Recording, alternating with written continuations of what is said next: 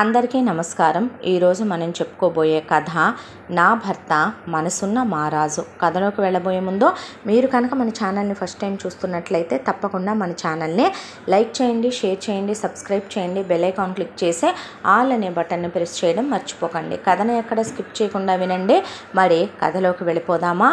రాజారావు వాళ్ళకి చాలా పెద్ద క్యాస్ట్లో పుట్టారనే పేరు తప్ప ఈరోజు వాళ్ళకంటూ మిగిలిన ఆస్తిపాస్తులు ఏవీ లేవు. వాళ్ళ గురించి ఎందుకు అంతగా చెప్పాల్సి వస్తుంది అంటే, రాజారావు వాళ్ళు ఉండేటటువంటి ఊళ్ళో 1/4 పొలాలు ఒకప్పుడు వాళ్ళవే. 1000 ఎకరాల పొలాలు ఉండేవే. రాజారావు వాళ్ళు చాలా పెద్ద కులంలో పుట్టడమే కాకుండా కోటాను కోటీశ్వర్లు, జమీందారులు కూడాను. దాంతో ఆ ఇంట్లో దేనికి లోటు ఉండేది కాదు. రాజారావు తాత ముత్తాతలో డబ్బుతో పాటు వ్యసనాలకు కూడా బానిసలు.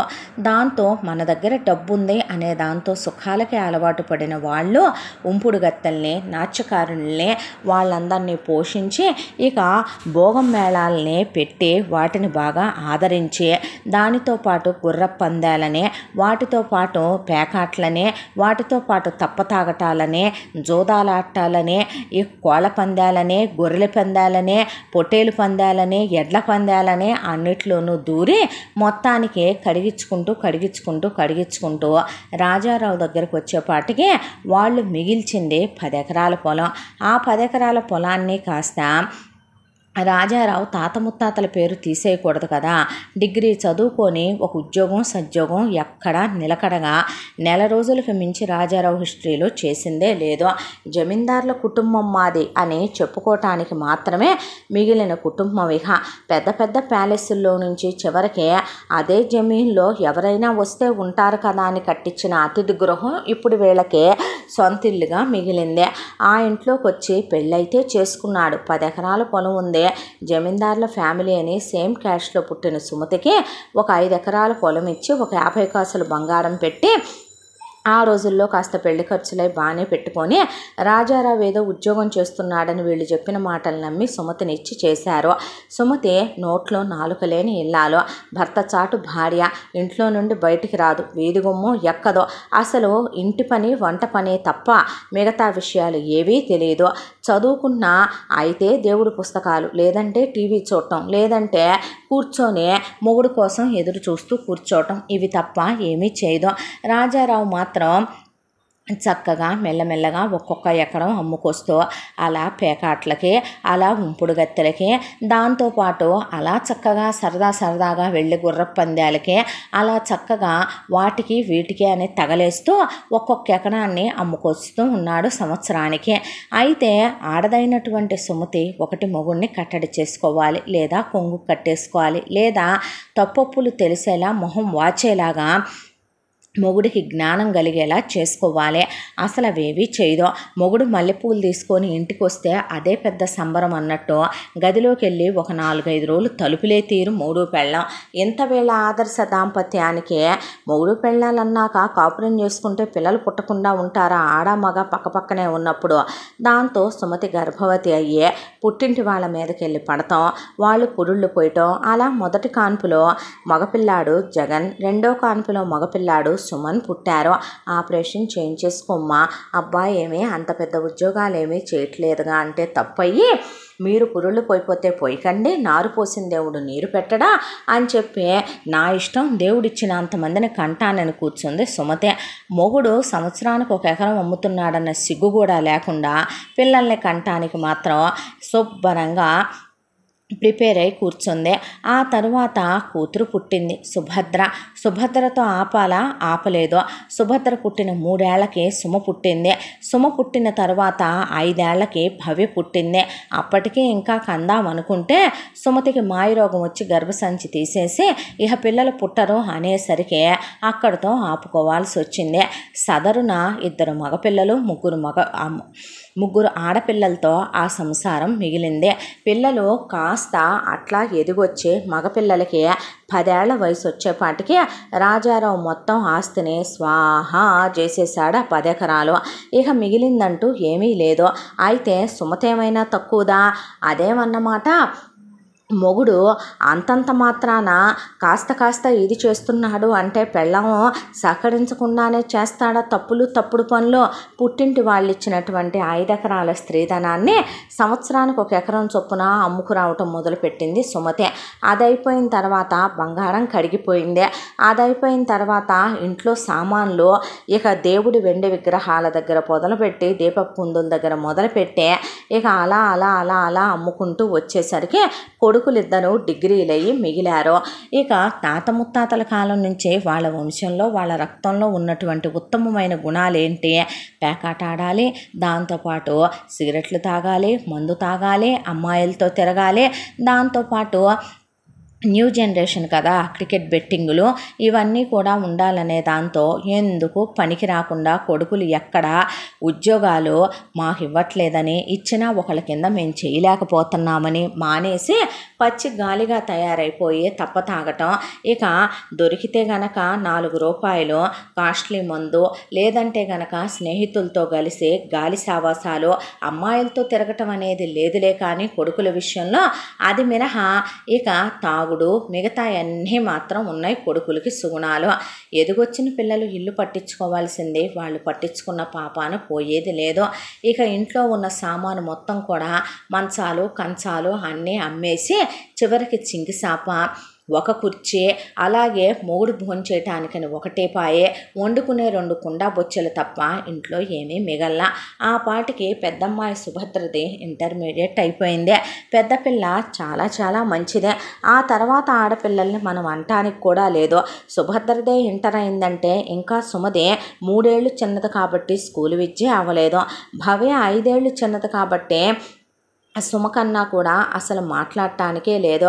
ఇక ఇంట్లో పొయ్యిలో పిల్లి పడుకుంటూ పస్తులు ఉంటే చూడలేని సుభద్ర ఏదైతే అదైంది. ఇప్పుడు వంశమని, గోత్రమని, క్షేత్రమని, బీజమని, కులమని చెప్పుకుంటూ కూర్చుంటే కడుపులోకి 5 ఏళ్ళు ఎలా వెళ్తాయి? అలా అని ఉన్నది పల్లెటూరు. ఏ ఉద్యోగాలకని వెళ్ళుద్దే? ఎవడు ఉద్యోగాలకు పెట్టుకుంటాడో? అలాగని సిగ్గు విడిచి ఎవడో ఒకటి దగ్గరికి వెళ్ళి పమిట జార్చటమా? తన రక్తంలో ఆ పని తను ఎప్పటికీ చెయ్యలేదు. తన రక్తం ఆ పని తన్ని చెయ్యనివ్వదు. కాబట్టి ఇక అమ్మాయి సెలెక్ట్ చేసుకుంది ఏంటంటే వెళ్ళి కాస్త ఇంట్లో ఉన్నటువంటి ఆఖరి సామాను అమ్మేసి దాంతో ఒక 4-5 వేలు డబ్బులు వస్తే ఆ డబ్బులు రాగానే ముందు నాన్నకు 1000 రూపాయలు, అన్నలిద్దరూ చెరకు 500 తీసుకొని వెళ్ళాక ఆ అమ్మాయి దగ్గర మిగిలిన డబ్బులు పెట్టి సరుకులు తీసుకొచ్చి ఇడ్లీలు, వడలు, వాటితో పాటు దోశలు వేసుకుని కాసిన పూరీలు చేసుకుని ఒక సైకిల్ ఉంటే సైకిల్కి క్యాన్లు కట్టుకుని చట్నీలు పొడి వేసుకుని వాటిని ఎత్తుకెళ్ళి కాలేజీ దగ్గర ఇంటర్మీడియట్ వరకు అమ్మాయి చదువుకుంది కాబట్టి స్కూళ్ళ దగ్గర, దాంతోపాటు ఇక కొంతమంది జనాలు టిఫిన్లు చేసుకోలేరు కాబట్టి వయసు మరలినోళ్ళు కొంతమంది ఆఫీసులకు వెళ్ళే వాళ్ళు కొనుక్కుంటారు కాబట్టి అలా టిఫిన్ అమ్మటం. ఆ వచ్చిన డబ్బుల్లో ప్రతిరోజు లాభం డబ్బుల్లో నాన్నకు 200 ఇవ్వాలి, అన్నలిద్దరికీ చెరకు 100 ఇవ్వాలి. ఆ తర్వాత ఎలాగోలా కూతురు పోషిస్తుంది కదా సుమతి రిలాక్స్. ఇంట్లో ఒకవైపున ఆ అమ్మాయే మిషన్ నేర్చుకుంది సుభద్ర చిన్నప్పటి నుంచే.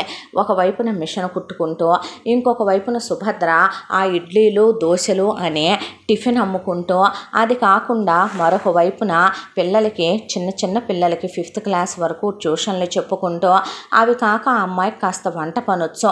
ఊళ్ళో ఎవరన్నా పిలిస్తే మా ఇంట్లో 25 మందికి వంట చేయాలి, 50 మందికి వంట చేయాలంటే వెళ్ళి చేసొచ్చి 4 రూపాయలు వస్తాయని, ఎవరైనా పచ్చళ్ళు పట్టి పెట్టమ్మా అంటే పట్టి పెట్టి, ఎవరైనా మాకు ఏదైనా పనుందమ్మా అందుకో అంటే వెళ్ళి అందుకొనే, ఇలా కూలీ నాలి చేసి ఆ వచ్చిన డబ్బులు పెట్టి వీళ్ళు అడుక్కు తినకుండా వీళ్ళను పోషించుకొచ్చే భారాన్ని ఎత్తుకుంది సుభద్ర.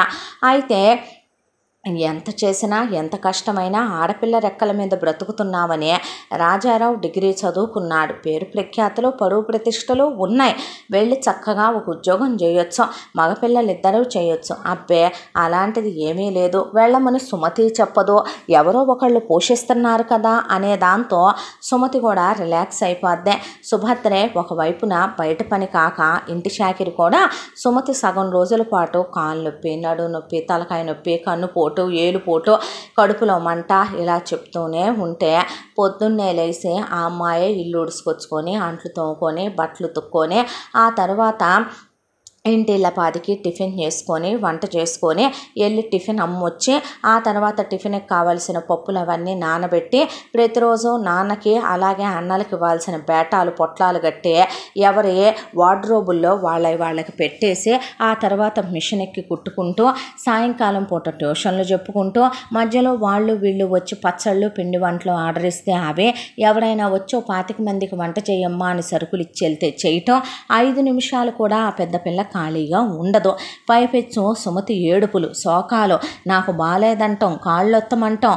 ఒకవైపున రాజారావు వచ్చే ఏం వండావు ఏ రోజు చూసినా కూడా వెజ్ తప్ప నాన్ వెజ్ వండవా అని ఆ పిల్లని తిట్టడం, అన్నలు ఈ భోజనం కుక్కలు కూడా తినరు అంటాం. ఇక చెల్లెళ్ళు భయపడిపోతూ ఆ అమ్మాయి వెనకాల నిలబడి ఆ పిల్లలు మాత్రం ఏదో అలా గవర్నమెంట్ స్కూల్లో చదువులే ఈడ్చుకొస్తూ చదువుతూ ఉండేవాళ్ళు. ఇక ముందు సిగ్గుదార్చుకోవటానికే బట్టలు కావాలి, కడుపుకి కణకణ మండకుండా ఆకలవకుండా అంత ముద్ద కావాలి, ఏదో ఒకటి పెడుతున్నాను అనుకునేదే. రాజారావు రీసెంట్గా కొడుకులతో కలిసి ఇల్లు అమ్ముతానని కూర్చున్నాడు. ఆల్రెడీ అదే పాడుపడిపోయి వర్షం పడితే చక్కగా ఆ ఇంట్లోకి జలధార అలా కురుస్తుంది. అన్ని సట్లు తెపాలాలు పెట్టి ఆ వర్షం ఉన్నన్ని 2-3 రోజులు నిద్రపోయే రాతే ఉండదు ఆ ఇంట్లో. ఎలాగోలాగా పట్టలు కప్పు రాళ్ళు పెట్టో నెట్టుకొచ్చేస్తుంది సుభద్ర. ఆ ఇల్లు అమ్మితే వీధిన పడి అడుక్కు తింటావు, నీకు దండం పెడతాను నాన్న, అమ్మొద్దంటే నువ్విచ్చే 200 నాకు సరిపోవట్లేదు, నువ్వు మాకిచ్చే 100 చాలట్లేదంటే సరే నాకు 1 నెల రోజులు టైం ఇవ్వండి, ఇక నుంచి నీకు 300 ఇస్తాను నాన్న, మీ ఇద్దరికి చెరో 200 ఇస్తానురా అని చెప్తే ఆ సరిలే అన్న తర్వాత ఆలోచించి ఇంటి చుట్టూ ఎటు పళ్ళ మొక్కలు ఉన్నాయి, పళ్ళ మొక్కలు ఉన్నాయి కాబట్టి ఆ పళ్ళు ఇంట్లో కోసుకొని తింటున్నారు. జాంకాయలు అయితేనేమి, అరటి చెట్లు అయితేనేమి, కమలాలైతే, నారింజలైతే, బత్తాయిలైతే, దబ్బ చెట్లయితే, సపోటా చెట్లయితే, కొబ్బరి చెట్లయితే ఇంటి చుట్టూ మామిడి చెట్ల దగ్గర నుంచి ఇది ఉంది ఇది లేదు అనకుండా వాళ్ళ పూర్వీకులు నాటిన చెట్లు అలాగే ఉన్నాయి. వాటికి తోడు చెల్లెళ్ళని పెట్టుకొని ఆ అమ్మాయి శుభ్రంగా కింద నేలంతా శుభ్రం చేసి వెళ్ళి టౌన్కి కూరగాయ మొక్కలు అలాగే పూల మొక్కలకి సంబంధించినటువంటి విత్తనాలు కొన్ని మొక్కలు తీసుకొచ్చి వాటిని నారులు పోసి ఇక కూరగాయలు అలాగే చక్కగా పువ్వుల మొక్కలు పెంచటం మొదలుపెట్టింది. అవి ఆ అమ్మాయి ఒక గంప తీసుకొని దాంతోపాటు సైకిల్కి ఎదురుగా ఒక 4 గంపలు కట్టుకొని సాయంకాలం పూట 5 సమయంలో బయలుదేరి ఇక 6కి ట్యూషన్ పిల్లలు వస్తారు కాబట్టి ఆ గంట సేపట్లో వెళ్ళిపోయే ఆ పువ్వులు ఆ కూరగాయలు అమ్మేదే. వీళ్ళింట్లో కూరగాయలు చాలా రుచిగా ఉంటాయని ఆర్గానిక్ పద్ధతిలో పండిస్తారని ఈ రోజుల్లో అంతా ఎరువులు వేసిన తిండి వల్లే మాయరోగాలు వస్తున్నాయి అనే దాంతో బాగా బ్రతికిన మనుషులు అనే దాంతో ఆడపిల్ల పాపం కష్టపడి అమ్ముతుందనే దాంతో ఊళ్ళో వాళ్ళు కూడా కొనేవాళ్ళు. అలా కూరగాయలు అమ్ముతూ ఉన్నటువంటి సుభద్ర విషయం ఆ ఊరి చివరనే ఉన్న వీళ్ళ కులపు వాళ్లే అయినటువంటి జమీందారులైనటువంటి సుభాషిణి రాఘవరావు దంపతులకి తెలిసిందే. అయితే ఆవిడ సుభద్రకి కబురు పెట్టిందే. చెప్పండి అమ్మ అని సుభద్ర వెళితే, అమ్మ నీ పేరేంటి? సుభద్రమ్మ అంటే, నన్ను అమ్మగారు అని నువ్వేం పిలవక్కర్లేదమ్మా, మీది మాది ఒకటే కులం కదా, మీరు బ్రతికి చెడ్డారు, మాకున్న సిరి సంపదలు అలాగే ఉన్నాయి, మీ తాత ముత్తాతల గురించి మేం తెలియని వాళ్ళం కాదు, ఏదో పరిస్థితులు తిరగబడిపోయినంత మాత్రాన మీ విలువ తగ్గిపోయిందని కాదు. ఆవిడకి క్యాస్ట్ ఫీలింగ్ ఎక్కువని సుభద్రకి అర్థమైంది. దాంతో పనివాళ్ళను కూడా అమ్మాయి గారు వచ్చారు, వెళ్ళి పాపకి కాఫీ టిఫిన్ పట్టినండి పర్లేదా అంటే పర్లేదమ్మా కూర్చోరా అన్నాడు రాఘవరావు. అన్న తర్వాత చెప్పండి రమ్మన్నారంట అని అడిగితే, ఏమీ లేదు తల్లి, నా ఇంట్లో బంధువులు మేము కలిసి చాలామంది ఉంటాము, మాకు ఫ్రెష్గా ఉన్నటువంటి వెజిటబుల్స్ ఫ్రూట్స్ ఫ్లవర్స్ రోజు దేవుడు పూజలకి వాటికి పువ్వులు కావాలమ్మా, అలాగే కూరగాయలు కావాలి, అలాగే మాకు మంచిగా ఉండేటటువంటి పళ్ళు కావాలి, మీ ఇంట్లో చాలా బాగుంటాయని నువ్వు అమ్ముతున్నావని విన్నానమ్మా, ప్రతిరోజు కూడా నువ్వు ఏవి దొరికితే అవి తీసుకొచ్చి ఇక్కడ పెట్టేసి అమౌంట్ తీసుకెళ్ళమ్మా అని చెప్తే అలాగేనండి అని సుభద్ర అక్కడి నుంచి సెలవు తీసుకొని వచ్చి ప్రతిరోజు ఫ్రెష్గా అప్పటికప్పుడు కొయ్యగానే ఫస్ట్ వాళ్ళ ఇంటికే తీసుకెళ్ళి ఆ గంప అక్కడ పెట్టేస్తే ఆవిడ ఎంత అని బేరం ఆడకుండా సుభద్ర ఎంతని చెప్తే అంత మీద ఇంకొక 200-300 ఎక్కువ వేసి ఉండనివ్వమ్మా, కష్టపడి పండించినాయి కదా, ఇవే సిటీకి వెళ్ళి కొనుక్కుంటే ఇంకా ఎక్కువ డబ్బులు పెట్టే కొనాలే అని చెప్తే థ్యాంక్స్ ఆంటీ అని తీసుకొని వచ్చేసేది. ఇలా రోజులు గడుస్తూ కాలచక్ర ప్రవాహంలో సుభద్ర చాకిరీ చేసి ఆ ఇంటి కోసం తన కష్టాన్ని ధారపోస్తూనే ఉంది.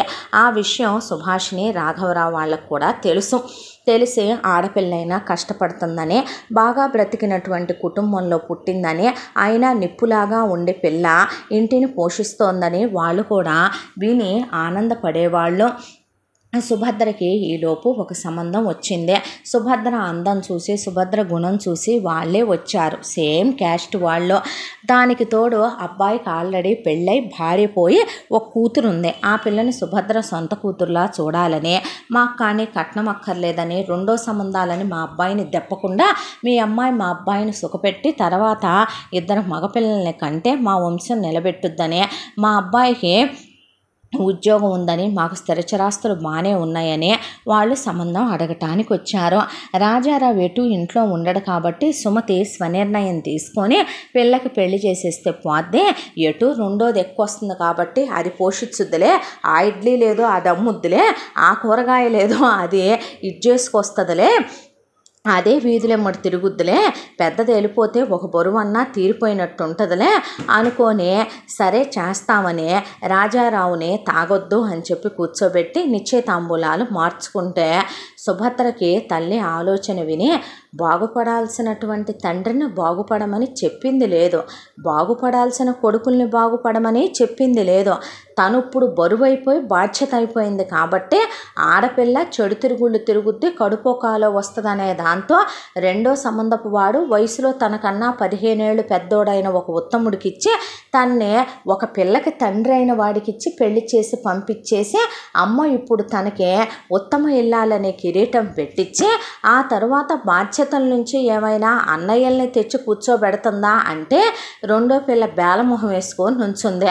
ఇది ఉంది కదా, రేపటి నుంచి ఇడ్డెన్లు ఇదేసుద్దులే, దోశలు ఇది పోసుద్ది, పూరీలు ఇదేసుద్ది, మమ్మల్ని ఇది పోషించుద్దులే అనే పాటికి అక్క అనే సుమ అలా నుంచునే పాటికి సుభద్ర బాధపడకమ్మా అన్న తర్వాత దేనికే బాధపడటం, ఏం మాయరోగం, పెళ్లి చేసుకొని వెళ్ళక వెధవేషాలు కాకపోతేను అనేసరికి అవన్నీ నాకు రావు, నేను చదువుకోవాలి అని సుమ అంటే నోరు మూసుకో, చదువుకొని ఏమైనా ఉద్యోగాలు చేసి ఊళ్ళో వెళ్తావా ఏంటి నువ్వు, సుభద్ర నువ్వు మా మాట కాదన్నావంటే చంపుకు తిన్నట్టే అని చెప్పి ఇక ఆ సంబంధాన్ని ఫిక్స్ అన్నట్టు చెప్పేసింది సుమతే. దాంతో నేను చూసుకుంటాలే అక్క, తప్పేదేముంది, నువ్వు పెళ్లి చేసుకొని వెళ్ళు, ఎన్నాళ్ళు మా కోసం కష్టపడి రెక్కలు ముక్కలు చేసుకున్నావు, ఇంకా ఎన్నాళ్ళు కష్టపడతావు, నీకంటూ ఓ జీవితం ఉండొద్దా, కాకపోతే బాధ ఒక్కటే, నీకన్నా 15 ఏళ్ళు పెద్దోడు, పిల్ల తండ్రి, ఓ పెళ్ళైనోడు, రెండో సంబంధమోడు, వాళ్ళ ఫ్యామిలీ అమ్మన్నంత ఇదిగా ఏదో మన క్యాస్టే కదా అని అమ్మ ఊగిపోతుంది, వాళ్ళకి డబ్బు ఉంది, ఉద్యోగం ఉందా తనకని, వాడు చూడటానికి రోతగున్నాడు, బట్ట తలకాయ, పొట్టిగా, పళ్ళెత్తులు, ఒక కన్ను లొట్టపోయి ఎంత చండాలంగా ఉన్నాడు, జుట్టంతా నెరిసిపోయింది వాడికి, వాడు నీ మొగుడేంటో నీ పక్కన కడుపులో తిప్పుతుంది తలుచుకుంటూనే, కళ్ళు మూసుకొని కాపురాలు చేయకూడదు కదా అక్క అన్న తర్వాత కొన్ని బ్రతుకులు ఇంతేనమ్మా అని సుభద్ర ఏమీ మాట్లాడలేదు. ఇలా రోజులు గడిచిపోతూ సుభద్ర తన పనులు తను చేసుకుంటూ జాతకంలో అతనికేవో దోషాలున్నాయని ఎంగేజ్మెంట్ అయిన తర్వాత పెళ్ళికో 3 నెలలు గడువు పెట్టుకున్నారు. పెళ్లి కొడుకోళ్ళు శాంతి పూజలు చేయించుకోవాలి అనే ఈలోపు ఇక రోజు రొటీన్ లైఫ్ ఎలాగో సుభద్రదే అలా సాగిపోతూ ఉండగా ఇక అక్కడ బంగ్లాలో కథ దగ్గరికి ఒకసారి అటు వెళ్ళొద్దాం మనం. సుభాషిణి రాఘవరావు దంపతుల గురించి చెప్పాలంటే కనుక ఇద్దరికి పెళ్ళైన మొదటి రోజు నుంచే మాట కుదరదు. ఒక మాట మీద ఇద్దరు ఏనాడు ఉన్నది లేదు. ఇద్దరికి భయంకరమైన ఈగో ఫీలింగ్స్. ఆ ఈగో ఫీలింగ్స్ కూడా ఎంత అంటే నువ్వు నాకన్నా గొప్పేంటి అని ఆవిడ, నువ్వు ఆడదానివి నాకన్నా గొప్పేంటని ఆయన. బయట ప్రపంచానికి తెలియకుండా 4 గోడల మధ్య బెడ్రూమ్లో ఇద్దరికి యుద్ధాలే జరిగిపోయేవే. పేరుకి వీళ్ళకి పెద్ద కులాలు, గోత్రాలు, పేరు ప్రతిష్టలు, వంశాలు, బోలెడంత లెక్కలేనన్ని ఆస్తిపాస్తులు, ఫ్యాక్టరీలు, వ్యాపారాలు, స్థిరచరాస్తులు ఉన్న మొగుడు పెళ్ళాలు ఇద్దరూ కూడా ఉప్పు నిప్పు అన్నట్టు ఉండేవాళ్ళు. ఆ తర్వాత ఇక నేను నా చెల్లెలు వాళ్ళని తీసుకొచ్చి ఇంట్లో పెట్టుకుంటాను, మా అమ్మ నాన్నలు లేరు కాబట్టి అనే రాఘవరావు తన చెల్లెలు భర్తనే, ఆ చెల్లెలు భర్తతో పాటు చెల్లెలకున్న 4 పిల్లల్ని తీసుకొచ్చి పెట్టుకున్నాడు ఇంట్లో. నువ్వే నీ చెల్లెల్ని తీసుకొచ్చుకుంటే మా అమ్మ నాన్న కూడా లేరు, అలాంటప్పుడు నేనెందుకు తెచ్చుకోకూడదు అని సుభాషిణి తన అన్నని, వదినని, 4 పిల్లల్ని తెచ్చి ఇంట్లో పెట్టుకుంది. పెట్టుకున్న తర్వాత అది ప్యాలెస్ లాంటి పెద్ద కొంప, చిన్న ఇల్లు కాదు, దాదాపు 50 గదులు ఉంటాయి ఆ ప్యాలెస్లో. తినటానికి ఉండటానికి డబ్బులొచ్చి పడుతున్నాయి, వ్యాపారాలు ఉన్నాయి. దాంతో తీసుకొచ్చి పెట్టిన చుట్టాలు ఊరికినే ఉంటారా? నవకాయ పిండి వంటలతో భోజనాలు, పట్టుబట్టలు, వాళ్ళ పిల్లల చదువులు, సెంట్రలైజ్ చేసి ఇళ్లల్లో ఉంటున్న వాళ్ళకి ఆస్తి మీద ఆశ పుట్టదా? దాంతో ఆశ ఆశ ఆశ, ఆస్తి మీద ఆశ, డబ్బు మీద ఆశ, మనిషిని అది ఎక్కడి నుంచి ఎక్కడికైనా దిగజార్చి ఎలాగైనా మార్చేస్తుంది. ఏదో పెద్దవాళ్ళు చెప్పిన సామెతలాగా రూపాయి ఏం చేస్తావే అంటే, భార్యాభర్తల మధ్య చిచ్చు పెడతాను, తండ్రి కొడుకుల్ని వేరు చేస్తాను, అన్నదమ్ములు నరుకు చచ్చేలా చేస్తాను, అక్క చెల్లెళ్ళు ముఖముఖాలు చూసుకోకుండా చేస్తాను, తోడుకోడళ్ళు ఎదురైతే పలకరించకుండా చేస్తాను, నేను తలుచుకుంటే ఏం చేయలేను, ఏదైనా చేయగలను అందంట. అలాంటి రూపాయి పిచ్చి ఉన్నటువంటి వాళ్ళని తీసుకొచ్చి వీళ్ళింట్లో పెట్టుకున్నారు. పెట్టుకోవటంతో పాటు వాళ్ళల్లో స్వార్థం 1000 తలల పాముల్లాగా పెరగటం మొదలైపోయింది. దాంతోపాటు ఇక ఇంటి పెత్తనం అంతా సుభాషిణి వదిన అలాగే సుభాషిణి ఆడపడుచు చూసుకుంటారు. ఒకవైపున ఫ్యాక్టరీ వ్యవహారాలు రాఘవరావుతో పాటు, ఒకవైపున రాఘవరావు చెల్లెలు భర్త, అలాగే సుభాషిణి అన్న ఇద్దరు కలిసి ఆయన వెంట కారుల్లో వెళతారు ఆ పనులు చక్కబెట్టడానికి. పక్కనేసుకునే డబ్బులు లక్షలతో మొదలై మెల్లమెల్లగా అవి పెరిగి పెరిగి పెరిగి పెరిగి ఒకవైపున వాళ్ళ అకౌంట్లోకి వెళుతూనే ఉండేవే. ఏ వ్రతం వచ్చినా, పూజలు వచ్చినా, నోవులు వచ్చినా, యజ్ఞాలు చేసినా, యాగాలు చేసిన సుభాషిణి తనతో పాటు వదినకి, అలాగే తన అన్న పిల్లలకి, ఆడపడుచు పిల్లలకి కూడా బట్టలతో పాటు నగలు కూడా కొనేదే. ఒకవైపున రాఘవరావు సుభాషినికి ఏం తెచ్చినా ఇంట్లో ఉన్న వాళ్ళందరికీ తీసుకొస్తాడు. ఇంత దాంట్లో వీళ్ళు కాట్ల కుక్కలల్లే బెడ్రూమ్లో పోట్లాడుకుంటారని, ఇద్దరి మధ్య సఖ్యత లేదని, కాబట్టే మరొక వైపున మొగుడు పెళ్ళానికే సఖ్యత లేని వారానికి ఒకసారి, 10 రోజులకు ఒకసారి, నెలకు 2 సార్లు, 3 బాగున్నప్పుడు మొగుడు చేత సుభాషిని చేయించుకొని రాఘవరావు వేయటం ఒకటే, సుభాషినిలో రాఘవరావులో పిల్లలు పుట్టడానికి లోపాలు ఉండటం ఒకటే.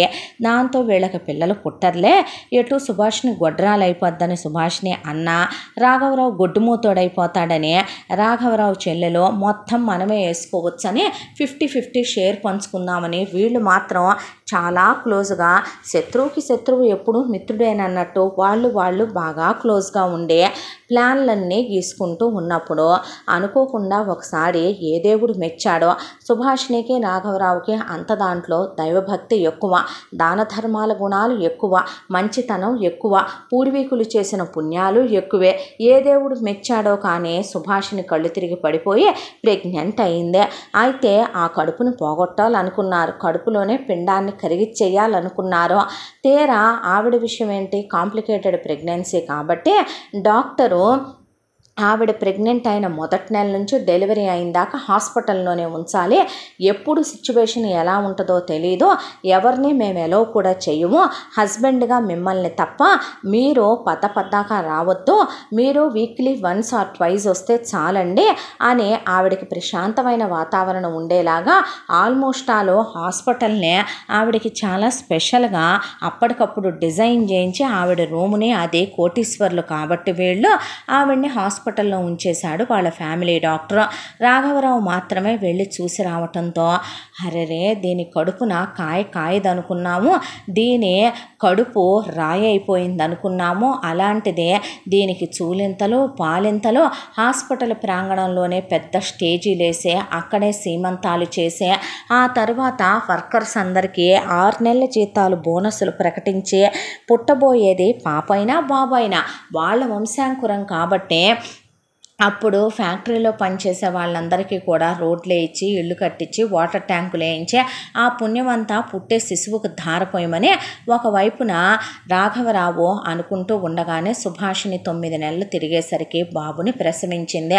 పిల్లాడు ఎంత చక్కగా ఉన్నాడంటే సంపూర్ణ ఆరోగ్యంతో పుట్టాడు పిల్లాడు. డాక్టర్లు సక్సెస్ అయ్యామని చాలా ఆనందించి సేఫ్ డెలివరీ అని హ్యాపీ ఫీల్ అయ్యి దాంతోపాటు సుభాషినికి యూట్రస్ తీసేసాము, ఇక పిల్లలు పుట్టరని కూడా తేల్చేశారు వాళ్ళు. పుట్టిన పిల్లాడు 2 చేతులతోనూ ఏదైనా పట్టుకోవటం చూసి పిల్లాడికి ఆ అర్జునుడి పేరు వచ్చేలాగా కిరీటి అనే పేరు పెట్టుకున్నారు. పేరు పెట్టుకొని భారీ ఎత్తున నామకరణాలు, ఉయ్యాల ఫంక్షన్లో, అన్నప్రాసంలో, పుట్టు వెంట్రుకలు తీయటాలు, పిల్లాడికి చెవులు కుట్టించడం, పిల్లాడి పుట్టినరోజులు, సంతర్పణలు, అన్నదానాలు, యజ్ఞాలు, యాగాలు, ఆయుషోమాలు, పిల్లాడు బాగుండాలని చెప్పి ప్రతి క్షణం ఒక్క సెకండ్ కూడా పిల్లాడిని వదిలేది కాదు సుభాషిణే. ఎంత దాంట్లో మాత్రం వీళ్ళిద్దరూ మాత్రం గొడవ పట్టడం ఆపింది లేదో, ఆ ఈగోలు ఆగింది లేదో. ఆవిడన్న ప్రతిదే ఆయన రాంగ్ అంటాడు, ఆయనన్న ప్రతిదే ఆవిడ రాంగ్ అంటదే. పిల్లాడిని మాత్రం సిటీలో ఉన్నటువంటి స్కూల్కి రోజు ఏసీ కార్లో అప్ అండ్ డౌన్ పంపించేవాళ్ళు. దట్టు ఎవరికో ఇచ్చి పంపిస్తే మళ్ళీ పిల్లాడికి ఏదైనా జరగొచ్చేమోనని రోజు రాఘవరావే తీసుకెళ్ళి స్కూల్ దగ్గర దింపి ఆఫీసు నుంచి వచ్చేటప్పుడు తెచ్చుకునేవాడు. కాబట్టి ఆ పిల్లాడిని పుట్టిన దగ్గర నుంచి పురిట్లో శిశువు అప్పటి నుంచే వాడిని పైకి పంపాలి. వాడుంటేనే రేపొద్దున ఆడపిల్ల అయితే ఎంతో కొంత ఇచ్చి పడేసి పెళ్లి చేసి పంపించేస్తే దరిద్రం వదిలిపోయేది. అలా కాకుండా వారసుడు పుట్టుకొచ్చాడు, రేపొద్దున వీడికి పెళ్ళాం వచ్చి పిల్లలు పుడితే మొత్తం ఆస్తికి వీడు వారసుడు అవుతాడు కదా అని వాడిని ఎప్పటికప్పుడు పైకి పంపాలనుకున్నా దేవుడు ప్రతిసారి అడ్డుపడుతూనే ఉన్నాడు. అయితే ఒకనాడు రాఘవరావుకి మీటింగ్ ఉండటం వల్ల ఈవినింగు పిల్లాడిని డ్రైవర్ని పంపించి నువ్వు తీసుకెళ్ళరా అని చెప్తే ఆ మాట విన్నటువంటి వీళ్ళ బంధువులు చక్కగా కార్ బ్రేక్స్ ఫెయిల్ చేసేసారు. డ్రైవర్ పెద్ద వయసు ఆయన, చాలా అనుభవం ఉన్న ఆయన. అయితే ఆయన ఎంత సేఫ్గా తీసుకొద్దాం అనుకున్నా వీళ్ళు అక్కడికి కూడా బతికేస్తాడేమోనని చెప్పి పిల్లాడు పెద్ద లారీలు పెట్టి వీళ్ళ మెళ్ళల్లో ఉన్నాయన్నీ తెగనమ్మి మరి ఆ డ్రైవర్లకి పడేసి యాక్సిడెంట్ చేసి పిల్లాడిని పైకి పంపమన్నారు. పెద్ద యాక్సిడెంట్ అయ్యి అలా కారు పల్టీలు కొడితే డ్రైవర్ కొన ఊపిరితో ఉండగా పిల్లాడిని బయటికి ఇసిరేసేపాటికి పిల్లాడి తలకి రాతి దెబ్బ తగిలింది. డ్రైవర్ ప్రాణాలు వదిలేశాడు. కారు లోయలో పడిపోయి పేలిపోయింది. పిల్లాడు మాత్రం రక్తపు మడుగులో పిల్లాడిని ఐసీయూలో జాయిన్ చేస్తే డాక్టర్స్ పిల్లాడి బ్రెయిన్కి దెబ్బ తగిలిందని కొన్ని పెద్ద సర్జరీలు చేయాలని, ఆ సర్జరీలు ఇప్పుడు పిల్లాడి వయసు 15 ఏళ్లే కాబట్టి 10th క్లాస్లో ఉన్నాడు కాబట్టి ఇక ఇప్పుడు పిల్లాడికి పాత మెమరీలు ఏమీ గుర్తుండవని, ఒక 10 ఏళ్ల పిల్లాడు మహా అయితే 12 ఏళ్ల పిల్లాడికి మించినటువంటి మెచ్యూరిటీ లెవెల్స్ కూడా ఉండవని, నేను మందులు ఇస్తాను వాడండి, పిల్లాడికి వయసు పెరిగే కొద్దీ ఒక్కొక్క సర్జరీ చేసుకుంటూ 20 సంవత్సరాలు వచ్చేపాటికి 10 సర్జరీలు చేస్తే ఈ మందులు వాడుతూ పిల్లాడు రికవరీ అవుతాడని ఆయన, లేదంటే కనుక భయంకరమైనటువంటి షాక్ ఏదైనా తగిలి పిల్లాడికి జరిగిందంతా జ్ఞాపకం రావాలని ఆయన చెప్పుకొచ్చాడు. ఇక అప్పటి వరకు కాట్ల కుక్కల్లో పోట్లాడుకున్న మొగుడు పెళ్ళ ఆ రోజు నుంచి దిగులు పెట్టేసుకొని ఉన్న ఒక్కగానొక్క పిల్లాడు అలా అయిపోయాడని ఇద్దరు ఒకే మాట మీద ఉండటం మొదలుపెట్టారు. అప్పటి వరకు ఇద్దరు పడగదులు వేరైంది ఒకటయ్యే. అప్పటి వరకు ఇద్దరు పిల్లాడి విషయంలో కూడా రాజీ పడేవాళ్ళు కాదు. ఏ విషయంలో అమ్మ ఒక రంగు షర్టు తెస్తే నాన్న ఒక రంగు షర్టు తెచ్చి వేసుకోమనేవాళ్ళు బుడ్డోడిని. ఇక పిల్లాడి పరిస్థితి అలా అయిపోయిందని ఇద్దరు పైకి గంభీరంగా ఉన్న ఎంత జమీందారుల ఫ్యామిలీలైనా కడుపులో దిగులు అనేది ఒకటి ఉంటుంది కదా.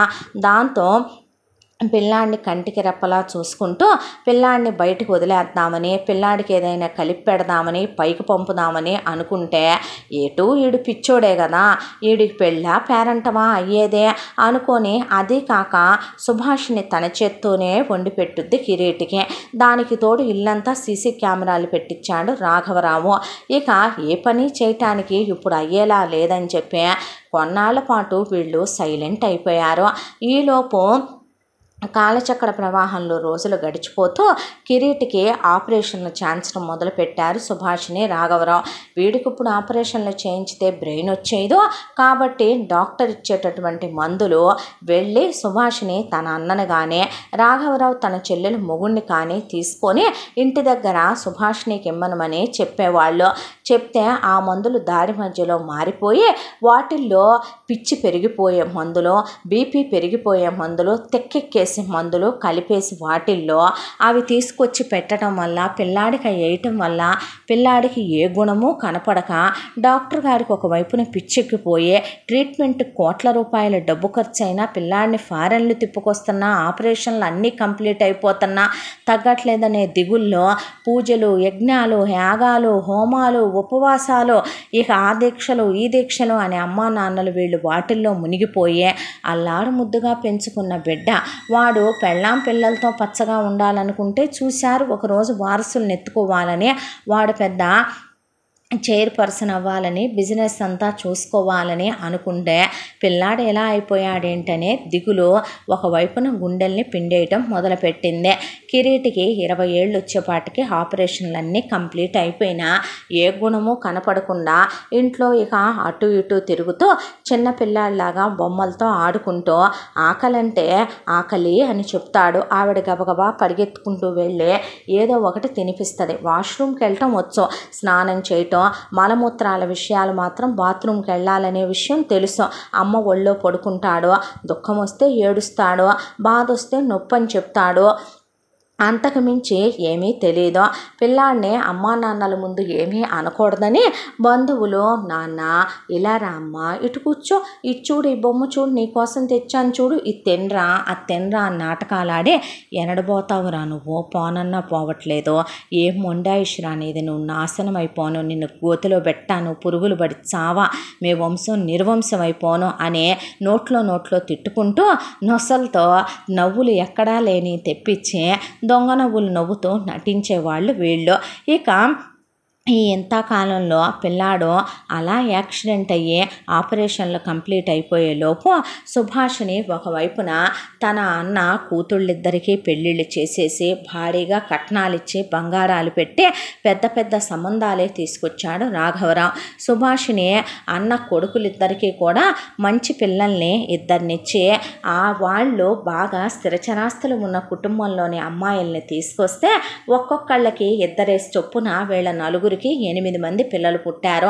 ఆ తర్వాత రాఘవరావు తన చెల్లెలు 4 పిల్లలకి కూడా 2 కొడుకులకి 2 కూతుళ్ళకి పెళ్ళిళ్ళు చేస్తే 2 అల్లుళ్ళు 2 కోడళ్ళు వచ్చారు రాఘవరావు చెల్లెలకి. వాళ్ళకి ఒక్కొక్కళ్ళకి 2 చొప్పున 8 మంది పుట్టి పిల్లలు, 16 మంది చిన్నపిల్లలే అయ్యారు ఇంట్లో.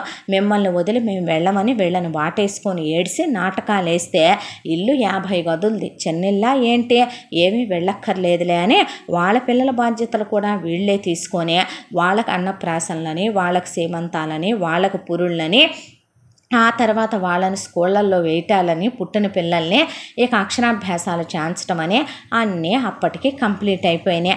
అంతా దాంట్లో వాళ్ళ జీవితాలు హ్యాపీగా ఉన్నాయి. ఒకవైపున ఫ్యాక్టరీ పనుల్లో రాఘవరావు చెల్లెలు, కొడుకులు, అల్లుళ్ళు ఇంపార్టెంట్ సెక్టార్లు చూసుకుంటారు. సుభాషిణి అన్న కొడుకులు, అల్లుళ్ళు చూసుకుంటారు. జీతాలకి జీతాలు, పై డబ్బులకి పై డబ్బులు. ఒకవైపున ఇంట్లో ఫ్రీ ఫుడ్, ఫ్రీ అకామిడేషను, పిల్లలకి ఫ్రీ ఎడ్యుకేషన్లు, వీళ్ళు ఫీజులు కట్టడం, ఇక బట్టలని అవని ఇవని దేనికి లోటు లేదు. అంతా దాంట్లో మాత్రం వీళ్ళ స్వార్థానికి హద్దు లేదు. ఎంత అయిన వాళ్ళైనా సుభాషిణి దగ్గర తరతరాల నుంచి వస్తున్న నగలు 4 వార్డ్రోబుల నిండా డైమండ్స్, రూబీస్, సఫైర్స్, ఎమరాల్డ్స్, ఖరీదైన బెల్జియన్ డైమండ్స్ లాంటి నగలు అవి చాలా ఉన్నాయి ఆవిడ దగ్గర. ఆవిడ అత్తింటి వాళ్ళు పెట్టినవి అవన్నీ కూడాను అవి రేపొద్దున తమ కొడుక్కి తగ్గకపోదు, కోడలు రాకపోదు, వస్తే ఇద్దామని ఆవిడ జాగ్రత్తగా దాచిపెట్టుంచితే వీళ్ళందరి కన్ను ఆ నగల మీదే ఉండేదే. రాఘవరావు అంతా దాంట్లో బిజినెస్ని అసలు డల్లవనిచ్చేవాడు కాదు. ఎప్పటికప్పుడు పొలాలు, కవుళ్ళు, ప్రతి విషయం కూడా గుమస్తా గారిని పెట్టుకొని అన్ని లెక్కలు చూసే, రూపాయితో సహా ప్రతి దాన్ని పర్టికులర్గా పట్టుకొని చూసే అలవాటు ఉంది ఆయనకి. ఆయన కన్ను కప్పి వీళ్ళు డబ్బులు తింటాం తప్ప ఏదో ఇక ఆపోజిట్లో ఉండే వాళ్ళకి టెండర్ ఎంతకేసాం అంతకేసామని చెప్పి ఆ డబ్బులు వాళ్ళ దగ్గర లంచాలుగా తీసుకొని నొక్కేటాలు, లేదంటే కనుక ఫ్యాక్టరీకి వచ్చిన సరుకుని దొంగసాటుగా సగం అమ్ముకొని డబ్బులు కొట్టేటాలు, ఇలాంటివి చేయటాలే తప్ప అంత అడ్డగోలుగా డబ్బులు నొక్కేసే ఛాన్సు ఆయన ఆవిడ ఇవ్వరు. చాలా నిజాయితీగా కూడా ఉంటారు భార్యాభర్త. అలాంటి వీళ్ళ కుటుంబంలో సుభాషిణి అన్న కూతురు బాగా చెప్పాలంటే మగపిచ్చి ఎక్కినటువంటి ఆడది సుభాషిణి అన్న పెద్ద కూతురు. సుభాషిణి అన్న పెద్దల్లుడు ఎప్పుడు చూసినా వాడికేమో డబ్బు పిచ్చే, దానికి తోడు ఉంపుడు గత్తెల పిచ్చే, ఫ్యాక్టరీ పనులు ఉంటున్నాయని చెప్పి ఎప్పుడూ కూడా దేశ విదేశాల్లో ఉండేటటువంటి ఏ మీటింగులు ఏ కాన్ఫరెన్స్లు ఉన్నా వాడే అటెండ్ అవుతానని వెళ్ళి అక్కడ ఖరీదైనటువంటి అమ్మాయిల్ని బుక్ చేసుకుని కాల్ గర్ల్స్తో తిరిగి వచ్చి శాండ్విచ్ మసాజుల దగ్గర నుంచి వాడన్నీ చేయించుకొని వస్తాడు.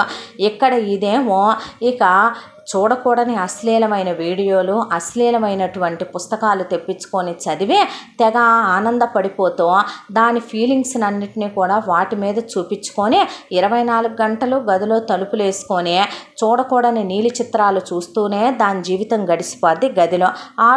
ఆడుకుంటూ కిరీటి ఒక రోజున సుభద్ర మేనగోడల గదిలోకి వెళ్ళాడు. వాళ్ళందరూ కిరీటి కన్నా వయసులో చాలా పెద్దోళ్ళు.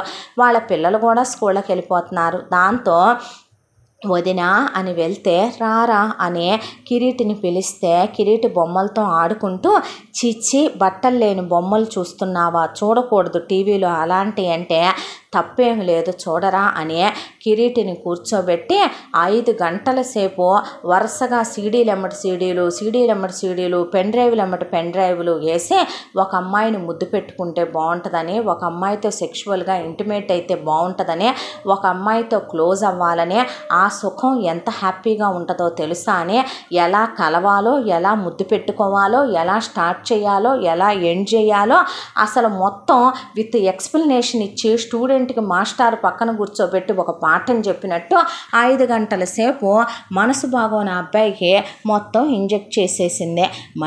మనసే బాలేదు కానీ శారీరకంగా ఎదిగిన వాడే కదా, ఫీలింగ్స్ వస్తాయి కదా, మగాడే కదా. దానికి తోడు అమ్మ చిన్నప్పటి నుంచి చెప్పిన మాట ఏంటి, అంతా దాంట్లో అమ్మ అమ్మే, వదిన అమ్మ లాంటిది, అత్త అమ్మ లాంటిది, ఇక వాళ్ళతో మనం తప్పులు చేయకూడదు, నీకు ఒక మంచి అమ్మాయి, రాణి లాంటి అమ్మాయి, రాజకుమారి నీకు పెళ్ళాంగా వస్తుంది, నీ పెళ్ళాంతో నువ్వు సంతోషంగా కాపురం చేసుకుందు కానీ కాపురం అంటే ఇదే అని చెప్పింది ఒకవైపున మామ కూతురు. దాంతో మొత్తం బ్రెయిన్లోకి చిన్నప్పటి నుంచే ఆ అబ్బాయి ఏకసంతాగ్రహం, ఏదైనా ఉంటే టక్కున పట్టేస్తాడనే సవ్యసాచి కాబట్టే అర్జునుడి పేరు కిరీటి అని వచ్చేలా పెట్టారు పిల్లాడికి వాళ్ళు. దాంతో బాగా బ్రెయిన్లోకి ఎక్కిచ్చేసుకున్నాడు అవన్నీ కూడా. అప్పటి వరకు పిల్లాడికి ఎంత 10th క్లాస్లో తలకి దెబ్బ తగిలినా ఆ తరువాత వాళ్ళ అమ్మ నాన్నలు పిల్లాడి చదువు ఆగకూడదు అనే డాక్టర్స్ కూడా ఆపాల్సిన అవసరం ఏమీ లేదండి అంటే అంతా దాంట్లో కూడా మాస్టర్లని లెక్చరర్లని ఇంటికి పిలిపించి పిల్లాడికి చదువు చెప్పిస్తే అన్నీ అవి బాగా గుర్తుంటాయి కిరీటికి. ఎగ్జామ్ హాల్ దగ్గరికి తీసుకెళ్ళి మరి MBA PG కూడా కంప్లీట్ చేయించుకున్నారు వీళ్ళు. చదువు విషయంలో కూడా ఏ లోటు ఉండదు. ఇంగ్లీష్ చదవగలడు, హిందీ చదవగలడు, తమిళ్ మాట్లాడతాడు, మలయాళం మాట్లాడతాడు, కన్నడ మాట్లాడతాడు, మరాఠీ వచ్చు, గుజరాతీ వచ్చు, అసలు ఏదైనా ఇలా చూస్తే అలా పట్టేస్తాడు, పెయింటింగ్స్ వేస్తాడు, బొమ్మలు వేస్తాడు. తెలియదల్లా మైండ్ ఎవరు ఏంటి, ఎవరి గురించి ఏంటి అనేది తెలుసుకోగలిగిన లోకజ్ఞానం మానవ ప్రపంచంలో ఉండేటటువంటి ఇది మాత్రం మనసు మీద పట్టులేని మానసిక వ్యాధిగ్రస్తుల్లా తయారయ్యాడనే దిగులు వీళ్ళకే. ఆ తరువాత ఇక ఆ అబ్బాయి అదే బుర్రలోకి ఎక్కించుకొని అలా అందమైన అమ్మ వస్తుందని చెప్పింది, రాజకుమార్ వస్తుందని చెప్పింది, రెక్కల గుర్రం మీద వస్తుందని చెప్పింది, పెళ్ళాం వస్తుందని చెప్పింది. ఆవిడని ఆకలి అని అడిగితే గబా గబా ఆవిడ భోజనం వండుకొచ్చి పెడితే ఎప్పుడూ లేదే నాకు వద్దిది అన్నాడు. ఏమ్మా ఏం కావాలి అంటే మటన్ కీమా కావాలన్నాడు.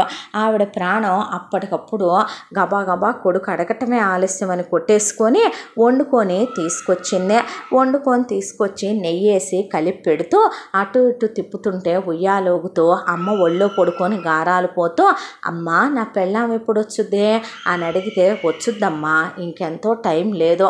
ఆవిడ కొడుక్కెటు వయసు వచ్చింది కదా, ముదిరితే బ్రెయిన్ నార్మల్ అవుద్దని పిచ్చి తగ్గుద్దని డాక్టర్లు చెప్పారు కదా, తగ్గిపోతే బిడ్డకు పెళ్లి చేసుకోకుండా ఉంటానా, కోడలు రాకుండా ఉంటుందా అనే ఉద్దేశంతో వచ్చేసుద్దమ్మా అని చెప్పింది ఆవిడ. వచ్చేసుద్దిగా అయితే నా మీదొట్టు నీ మీదొట్టయ్యా, నేను చేసే పూజలు వృధా పోవో, వచ్చుద్ది నీకు పెళ్ళామని ఆవిడ కళ్ళొత్తుకొని దిగులతో ఆయన వైపు చూసి ఆయన బిడ్డను దగ్గరికి తీసుకొని వచ్చుద్ది నాన్న అని చెప్పారు ఇద్దరు. చెప్పిన తర్వాత ఇక ఒక రోజున సుభాష్ని రాఘవరావుకి గుళ్ళో మొక్కేదో ఉందని ఆ దేవత దగ్గరికి వెళ్ళి మొక్కుకుంటే గనక ఎలాంటి మానసిక రుగ్మతలు ఉన్న వాళ్ళ పిల్లలకి కూడా నయం అవుతున్నాయని తెలిసి వాళ్ళ భార్యాభర్తలు మొత్తానికి వెళదాం అనుకుంటే సడన్గా సుభాష్నికి ఆరోగ్యం బాగలేదు. దాంతో రాఘవరావు నేను వెళతానులే అనుకున్న మొక్కు ఆపుకోవటం ఎందుకని ఆయన అటు వెళ్ళిపోయాడు. ఇంట్లో ఉన్న మిగతా మగాళ్ళందరూ ఫ్యాక్టరీలకు వెళ్ళిపోయారు. ఆడోళ్ళు సినిమాలకని షాపింగులకని ఎటోళ్ళు అటు సచ్చి ఇక ఎటు నీలి చిత్రాలు చూసే సుభాష్ని మేనగోళ్ళు గదిలో పడి ఏడుస్తుంటే ఏందే ఎప్పుడు చూసినా గదిలో తడిపేసుకొని ఏం చేస్తావు అందావిడ. ఏం లేదత్తా కార్టూన్ నెట్వర్క్ నేను చూస్తూ కిరీటికి చూపిస్తున్నానంటే అవునా పద్దాకై చూడకూడదంట, వాడు చిన్నపిల్లాడా ఏంటే, వాడికి ఏదైనా నేషనల్ జియోగ్రఫీ లాంటివి చూపించో లేదా ఏదైనా టాలెంట్కి సంబంధించిన క్వశ్చన్స్ లాంటివి ఇచ్చి ఆన్సర్స్ లాంటివి చెప్పమను, బ్రెయిన్ డెవలప్ అయి జీకే డెవలప్ చేసుకోవాలి అని చెప్తే అనేసింది. ఆవిడ ఒంట్లో బాగాలేదని కాస్త నీరసంగా ఉండి దేవుడి గదిలో పూజ చేసుకుందాంలే అని చెప్పి ఆయనటు మొక్కు తీర్చడానికి వెళ్ళాడని స్నానానికి వెళుతున్నానని బాబు జాగ్రత్త అని అందరినీ హెచ్చరించి వెళితే ఎప్పుడు వెళ్ళినట్టే సుభద్ర ఆ రోజు కూడా గంపెడు కూరగాయలు ఫ్రూట్స్ అలాగే పువ్వులు తీసుకొని వెళ్ళిన తర్వాత ఆంటీ ఏరి అని అడిగితే రండమ్మా కూర్చోండి, అమ్మగారు స్నానానికి వెళ్ళారమ్మా అని చెప్తే సుభద్రకి వాళ్ళ ఇంట్లో విషయాలన్నీ తెలుసు. చుట్టాలు బంధువులు ఇలా ఉంటారు కాబట్టి అన్నన్ని కూరగాయలు కొంటారు, ఆవిడకి దైవభక్తి ఎక్కువ కాబట్టి పూలు ఎక్కువ తీసుకుంటుంది. వాళ్ళ అబ్బాయికి హెల్త్ ఇష్యూ ఏదో ఉంది, యాక్సిడెంట్ అయింది కాబట్టి చిన్నప్పుడు ఆ తర్వాత ఫ్రూట్స్ అవి ఎక్కువగా తీసుకొని ఆ అబ్బాయికి పళ్ళరసాలు అవి బలానికి మంచి తిండి పెడతారు. 2-3 సార్లు చూసింది కిరీటి 6 అడుగుల పైన ఎత్తుంటాడు, చాలా మ్యాన్లీగా ఉంటాడు. చెప్పాలంటే గనక ఎక్సర్సైజులు జిమ్ ట్రైనర్లు వచ్చి జిమ్ములు చేయించి బలమైన ఆహారం సుభాష్ని పెట్టడం వల్ల అసలు చెప్తే తప్ప అబ్బాయికి పిచ్చనే విషయం ఎవరికి తెలియదు. చూసిందే తప్ప ఎప్పుడూ అతను పలకరించలేదు, అతన్ని తను పలకరించలేదు. వెళ్ళి సుభద్ర హాల్లో కూర్చుంటే అమ్మగారు స్నానం చేసి వస్తారమ్మా అని వాళ్ళ పని వాళ్ళు చేసుకుంటూ దాదాపు ఇంట్లో బయట సెక్యూరిటీ దగ్గర మొదలు పెడితే తోటమాలి వాళ్ళే 4-5 కుటుంబం ఉంటారు.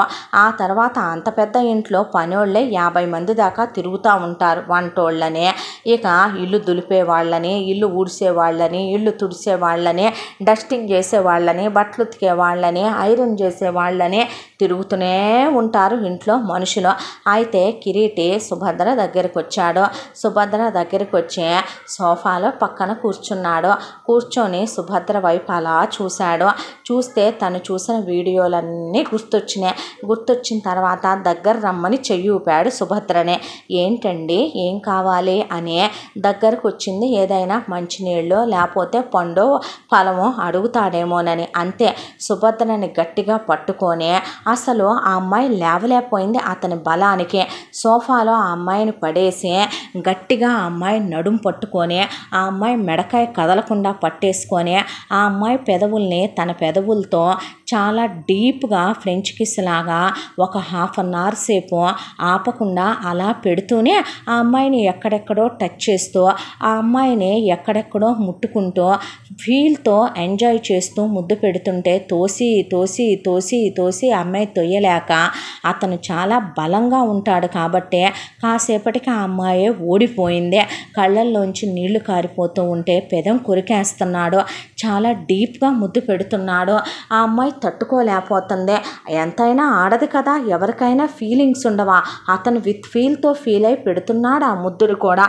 దాంతో ఇక బయటికి వెళ్ళిన ఆడగుంపు అంతా వచ్చి అలా నిలువు గుడ్లేసుకొని నిలబడిపోయి నుంచుండిపోయారు. ఏంది వీడు ఇలా చేస్తున్నాడు అంటే, నేనే వీడికి ఈ వీడియోలు చూపించాను, చూపించేపాటికి వాడు ఫీలింగ్స్ వచ్చినట్టున్నాయి వీడికి, పిచ్చోడు దాని మీద పడి కోరిక తీర్చుకుంటున్నట్టున్నాడుగా అనేసింది సుభాషిణి మేనగోళ్ళ.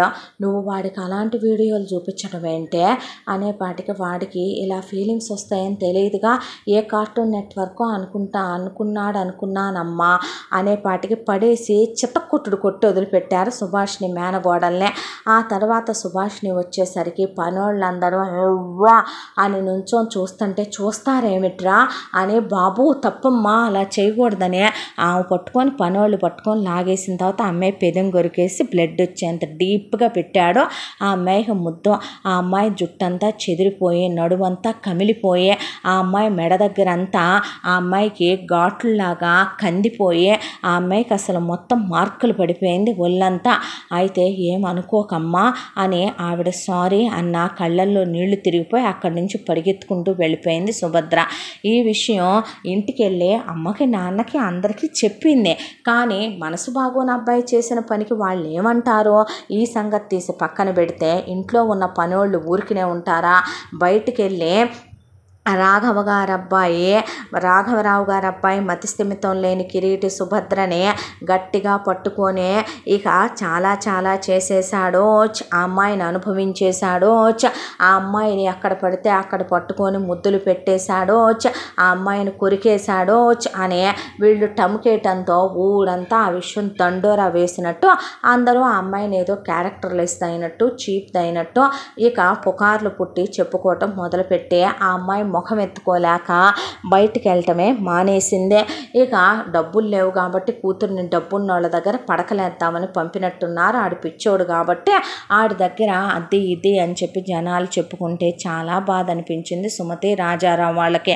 ఏదున్నా ఏది లేకపోయినా వాళ్ళ ఆడపిల్లలు అలాంటి వాళ్ళు కాదు. అయితే ఈ విషయం ఆ నోట ఈ నోట సుభాషిణికి తెలిసి ఊరు నుంచి వచ్చిన రాఘవరావుకి ఆవిడ చెప్పేపాటికి, ఏం చేశావు నాన్న నువ్వు అని కిరీటిని అడిగితే, నువ్వేగా చెప్పావు నా పెళ్ళామని, అది నా పెళ్ళాం అనిపించింది, ముద్దు పెట్టేసుకున్నాను అనేపాటికి ఆవిడ ఆయనకి ఏం మాట్లాడాలో వాయిస్ లేదో. డాక్టర్ గారిని పిలిపించి డాక్టర్ గారితో మాట్లాడితే, ఫీలింగ్స్ వస్తాయి కదండి, అబ్బాయి వయసుకు వచ్చాడు, పెళ్లి చేయొద్దని ఎవరు చెప్పారు మీకు? పెళ్లి చెయ్యండి, అబ్బాయి ఏమి పుట్టుకతో మతిస్థిమితం లేనివాడు కాదు కదా, చక్కటి పిల్లలు కూడా పుడతారు, హ్యాపీగా అమ్మాయితో సెక్షువల్ లైఫ్ ఎంజాయ్ చేస్తాడు. ఏమో ఒకవేళ కొన్ని హార్మోన్స్ రిలీజ్ అయ్యి బ్రెయిన్ త్వరగా రావచ్చేమో పెళ్లి చేస్తే, నేనెప్పుడు చేయొద్దన్నాను మిమ్మల్ని అనేపాటికి ఒక ఆశ కలిగింది ఆవిడలో ఆయనలో. ఎటు జరిగిన తప్పు జరిగిందే, ఆ పిల్ల మీద పెద్ద ముద్ర పడిందే, ఆ పిల్ల వాళ్ళ కులపదే, బాగా బ్రతికి చెడ్డవాళ్ళు, వాళ్ళింట్లో మగాళ్ళు తప్పులు చేశారనే కానీ ఆడవాళ్ళు తప్పులు చేశారని అటేడు తరాలు ఇటేడు తరాల్లో ఎక్కడా లేదో. సుభద్ర మంచిదని వాళ్ళకి తెలుసు. దాంతో పిల్లని సంబంధం అడుగుదాం కదా అని వీళ్ళు వెళ్ళేలోపు సుభద్రకి ఒక రెండో సంబంధం వెధవతో పెళ్లి కుదిరి ఎంగేజ్మెంట్ అయ్యింది కదా, వాడి ఫ్యామిలీ వచ్చి, ఇది పెద్ద క్యారెక్టర్లు వేస్తే దీన్ని నేను చేసుకోను, ఇదే ఆ పిచ్చోడికి పమిటి చార్చి దీని అందాలన్నీ చూపించుంటది, వాడిని రమ్మని ఊరిచ్చుంటది, అందుకే వాడొచ్చి దీని మీద పడుంటాడు, వాడికి ఏం తెలుసు ఇది చెప్పంది, ఇలా ముద్దు పెడితే బాగుంటుందని ఇది సంసారం కూడా చేసి వాడితో ఎన్నిసార్లు దొరలాడొచ్చిందో, ఇది అలాంటి పనులు చేస్తే ఇల్లు పోషిస్తుంది కావాలా అని రెచ్చిపోయి మాట్లాడేసరికి రాఘవరావు అక్కడికి వచ్చి లాగి పెట్టి కొడితే పెళ్లి కొడుకు అలా చంపకి చేయి పెట్టుకొని కూర్చుంటే తుక్కు తుక్కు కింద కొట్టించి వాడిని వాడి ఫ్యామిలీని గెంటేయించి మీతో ముఖ్యమైన విషయం మాట్లాడాలంటే కూర్చోండని పక్కింట్లోంచి కుర్చీలు తెచ్చేశారు. వీళ్ళకే జరిగిందేదో జరిగిపోయిందే. మా వాడేమీ పుట్టుకతో మతిస్థిమితం లేనివాడు కాదు, పైగా వాడు మగతనం ఉన్నవాడు. అమ్మాయికి వాడు కాపురం విషయంలో కానీ పిల్లలు పుట్టే విషయంలో కానీ ఏ లోటుపాట్లు చేయడని డాక్టర్ గారు చెప్పారు. మేబీ పెళ్ళైతే వాడికి త్వరగా తగ్గొచ్చని కూడా అన్నారు. మందులు వాడుతున్నాం, ఫారెన్లు తీసుకెళ్ళి ట్రీట్మెంట్లు ఇప్పిస్తున్నాం. అమ్మాయి భవిష్యత్తు నాశనం చేయాలని కాదు. ఇంత జరిగి ముద్రపడిన తర్వాత మా అబ్బాయే అమ్మాయిని చేసుకోవటం కరెక్ట్ అనిపించింది మాకు. సుభద్రని మా ఇంటి కోడలుగా మేము అడగడానికని వచ్చాం. కోడలుగా కాదు తల్లి, నిన్ను కూతురుగా చూసుకుంటాం. వాడు చేసిన తప్పుకి క్షమించి వివాహం చేసుకొని మా వంశాన్ని నిలబెట్టే కోడలుగా రామ్మ అనేసరికి ఇంకా వేరే ఆప్షనే ఉంది వాళ్ళకి మాత్రం.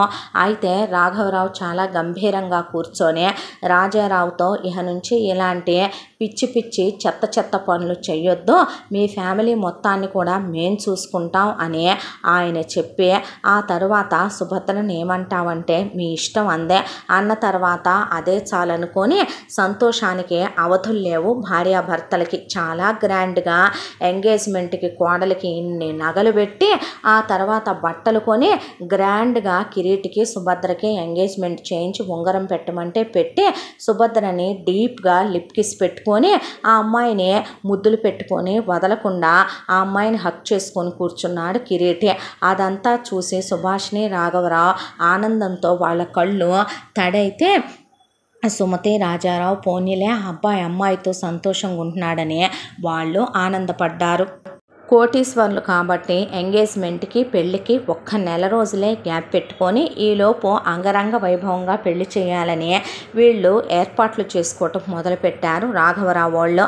ఇదంతా చూసిన సుభాషిణి బంధువర్గం రాఘవరావు బంధువర్గం కలిసి అసలు ఏమీ జరగకుండా మొత్తం మనపాలే అవుద్దు కదా అని 1000 కళ్ళతో ఎదురు చూస్తుంటే పనికి మాలిందానా, ఒకటి నువ్వు ఆ వీడియోలు చూడటం తప్పు, నీ మొగుడికి బదులు నువ్వే ఎవరినైనా పర్మనెంట్గా ఉంచుకొని పిలిపించుకున్న బాధ ఉండేది కాదు కదే. అలాంటిది పోనీ ఆ కిరీటిగాడితో వయసులో చిన్నోడు అయితే అయ్యాడు, నువ్వే కాలు జారినా పోయేది కాదు కదే, తప్పు అని మేము అనేవాళ్ళం కాదు కదే. అలాంటిది వాడికి అవన్నీ కూర్చోబెట్టి నేర్పించావు, వాడు దాన్ని వదలటం లేదు. రేపు వచ్చిన తర్వాత వాడు దాంతో కాపురం చేసి దానికి కడుపు చేసి పిల్లల్ని కంటే ఆస్తి మొత్తం అటు బాధ్య కదా. కూరగాయలు అమ్ముకునేది, అడుక్కు తినేది, ఇడ్డెన్లు అమ్ముకునేది అది. దాన్ని తీసుకొచ్చి మహారాణిని చేయబోతున్నారు ఇంటికని వీళ్ళందరూ పగతో రగిలిపోవటం మొదలుపెట్టారు. ఈ ఎంతకాలంలో ఇచ్చిన మాట ప్రకారం రాఘవరావు సుమతి రాజారావు ఉండే ఇల్లు పడగొట్టేసి ఒక డాబా కట్టించేసి ఆ డాబాలోకి వీళ్ళని వెంటనే ముందు గృహప్రవేశం చేయించి షిఫ్ట్ చేయించాడు ఆయన. దానికి తోడు ఇంటి ముందు ఒక కారు, అలాగే ఒక 30 ఎకరాల పొలం రాజారావుని నుంచి వ్యసనాలు మానేసి సొంతానికి వేయించి ఆ ఆదాయాన్ని వాళ్ళని తినమనమని సుమతి ఒంటి మీదకి ఒక 25 కాసులు బంగారం ఇచ్చి 1 గ్రాము కూడా అమ్మటానికి వీల్లేదని, పొలం మీ తదనంతరం మళ్ళీ మా కోడలకే చెందుద్దన్నట్టు అప్పచెప్పారు వాళ్ళు. ఆ తర్వాత వెంటనే ముందు ఇక సుభద్ర వాళ్ళ అన్నయ్యలు జగను సుమను ఇద్దరినీ కూడా ఆయన పిలిచి గట్టిగా వార్నింగులు ఇచ్చి ఆ వ్యసనాలన్నీ ముందు మానేమని చెప్పి దూరంగా, అసలు ఈ ఊరు నుంచే గాలి సావాసాలకి చాలా దూరంగా గవర్నమెంట్ ఉద్యోగాలు ఆయన రికమెండేషన్లతో పెద్ద పోస్టులు 2 వేయించి మంచి అమ్మాయిల్ని ఇద్దరిని చూసి ఇమీడియట్గా వీళ్ళకి పెళ్ళిళ్ళు చేసి వీళ్ళకున్న కాస్త తాగుడు అలవాట్లు కూడా మీరు మాన్పించేసుకోండి అమ్మా, పద్దక వాళ్ళ అమ్మా నాన్నల దగ్గరికి రావాల్సిన అవసరం లేదని జగన్ని సుమన్ని అలా ఉద్యోగాలకు పంపించేశాడు. ఆ తర్వాత సుమకు కూడా చదివిన చదువు సాల్యమ్మనమని చెప్పి ఆయనకి తెలిసిన పరగణాలోనే బాగా కలిగి ఉన్న వాళ్ళ కుటుంబంలో ఒక అబ్బాయిని చూసి ఆ అబ్బాయితో సుమని ముందు వాళ్ళకి జాతకాలు పిచ్చి కాబట్టి జాతకాలు కలిసినాయి అని వాళ్ళు ఇష్టపడేసరికి ఆయనే కట్న కానుకలు అవి ఇచ్చి సుమకి పెళ్లి చేసి పంపించేసి భవ్యని చాలా పెద్ద ఏసీ కాన్వెంట్లో సీటు తీసుకొని ఇక నుంచి ఈ పిల్ల చదువు బాధ్యతలు మావి అని చెప్పారు.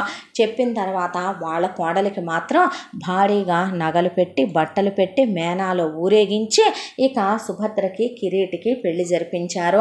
పెళ్ళి అయిపోయిన తర్వాత సుమతి రాజారావు అప్పగింతలు ఇచ్చి ఇక మీరు అమ్మాయిని జాగ్రత్తగా చూసుకోమని మేము చెప్పేదేముంది, అది ఏ జన్మలో చేసుకున్న అదృష్టమో అనేసి పిల్లని అప్పచెప్పి వాళ్ళు వెళ్ళిపోయారు.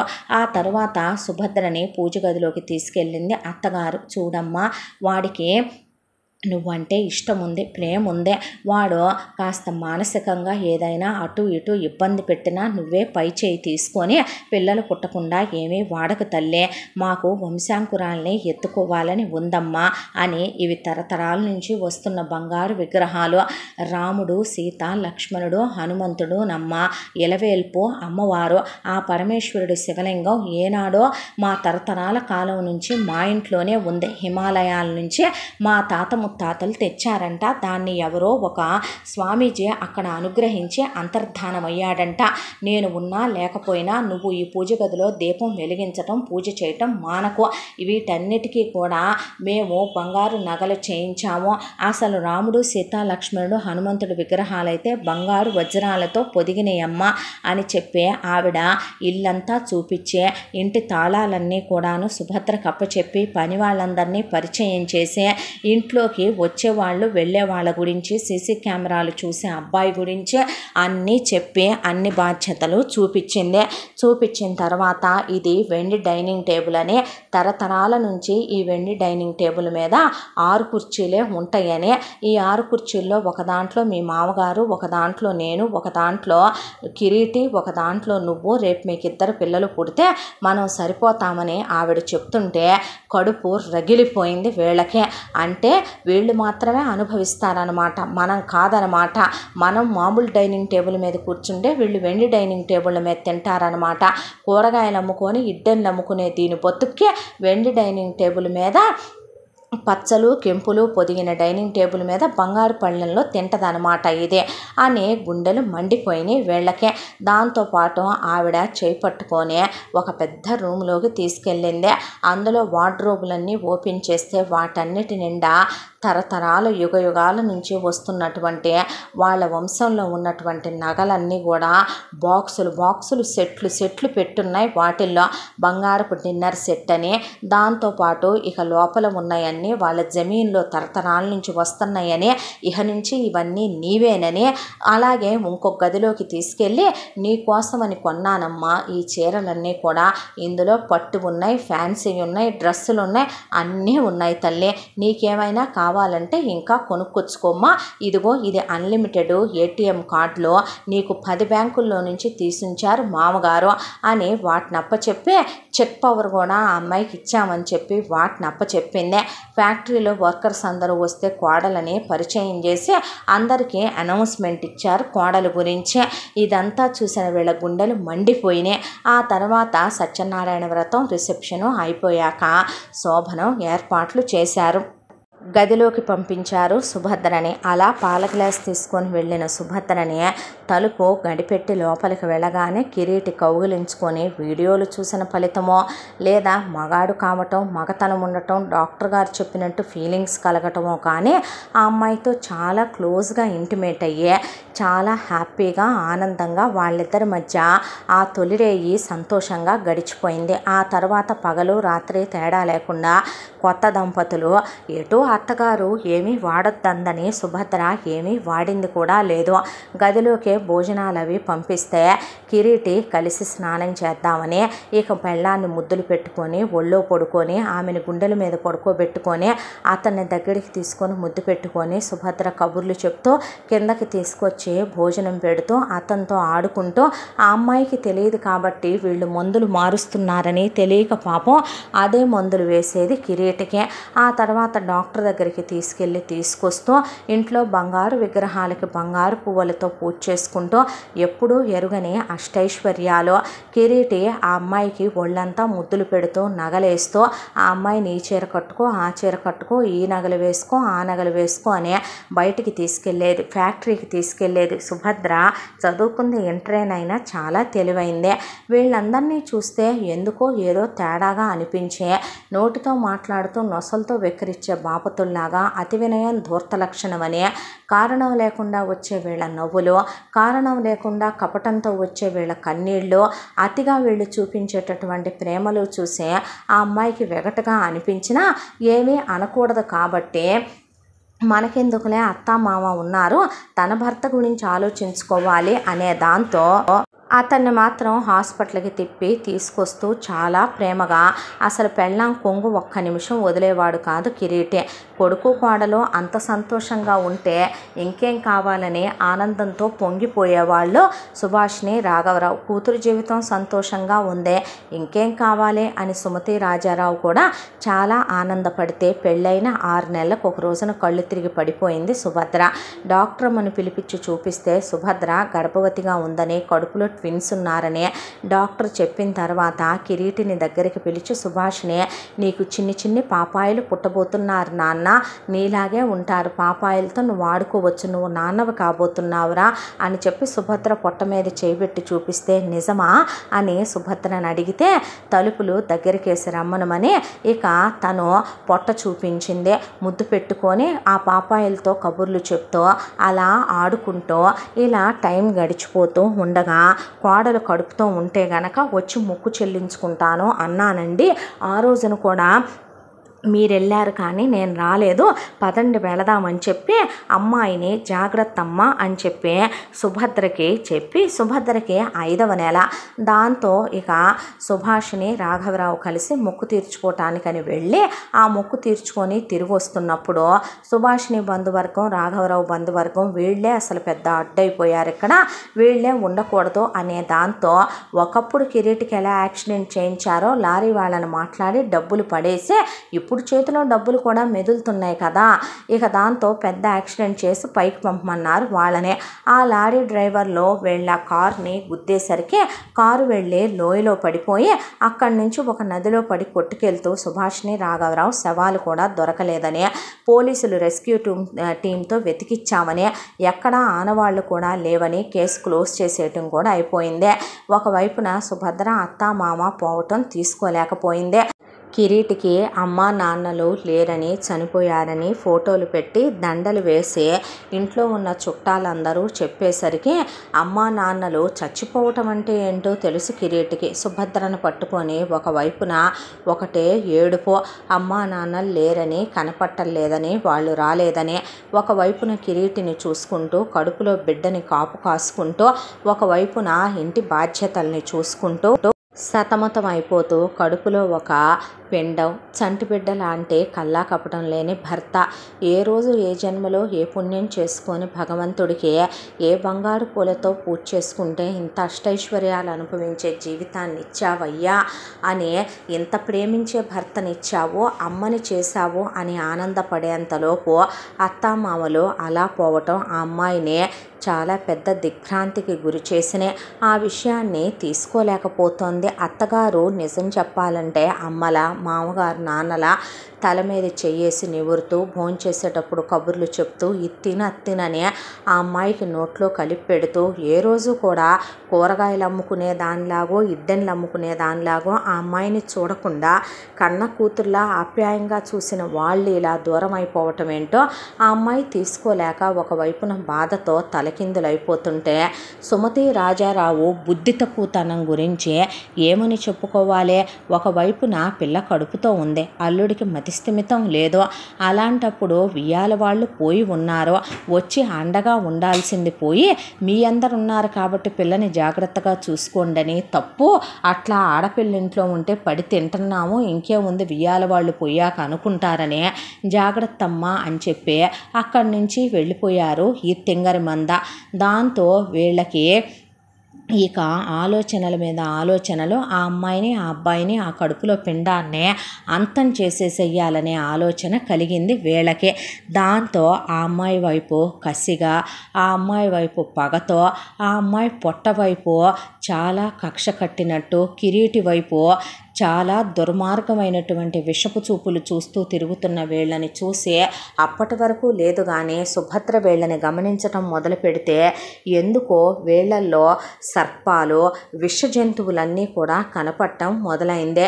రాక్షస జాతి జనాలందరూ ఇళ్లల్లో తిరుగుతున్నట్టు అనిపించి ఇప్పుడు అసలు వీళ్ళందరినీ ఎందుకు తను ఇంట్లో ఉండనివ్వాలి, గెంటి పడేయచ్చు. కానీ అత్తమామలు పోయి ఏడాదన్నా కాకుండా కడుపుతో ఉన్న తను ఇప్పుడు ఇలాంటి నిర్ణయాలు తీసుకోకూడదు. పైగా తన భర్తకి ఇంకా నయం కాలేదు, తన భర్తకి ముందు నయం చేయించుకోవాలి, కడుపులో ఉన్నటువంటి పిండాలని భూమి మీదకి తెచ్చుకోవాలి. కమల పిల్లలు అన్నారని ఎంతో ప్రేమ కలిగి పిల్లల్ని తన ఆరోగ్యాన్ని కాపాడుకోవాలని అసలు ఇక్కడ ఉండకూడదు.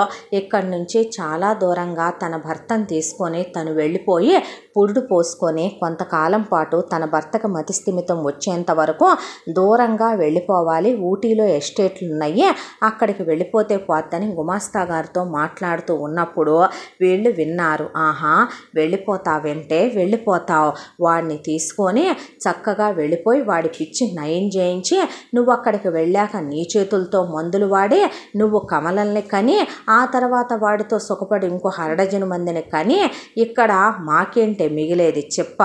మేము ఎంత ప్లాన్ చేసుకోకపోతే వాడిని ఏ రోజు మతిస్థిమితం లేనోడిని చేసి వాడి అమ్మా బాబుని పైకి పంపి నీ కడుపులో పిండాన్ని కరిగించి నిన్ను పైకి పంపుదామని ఆ తర్వాత వాడిని పైలోకానికి పంపుదామని మేమనుకుంటుంటే నీ అమ్మా బాబు చక్కగా మా చేతికి నిన్నప్పజెప్పిపోయారని సంతోషపడుతుంటే నువ్వు ఎలాంటి ప్లాన్ వేసావా అని చెప్పి వీళ్ళు ఒక ప్లాను గీసుకొని స్కెచ్ ప్రిపేర్ చేసుకున్నారు. దానికి తగినట్టుగానే సుభద్ర, కిరీటి తినే ఆహారంలో నిద్ర మాత్రలు కలిపేసి ఇంట్లో ఉన్నటువంటి బేస్మెంట్లో వాళ్ళకి అండర్ గ్రౌండ్లో చాలా పెద్దది ఒక హాల్ లాంటిది ఉంటుంది.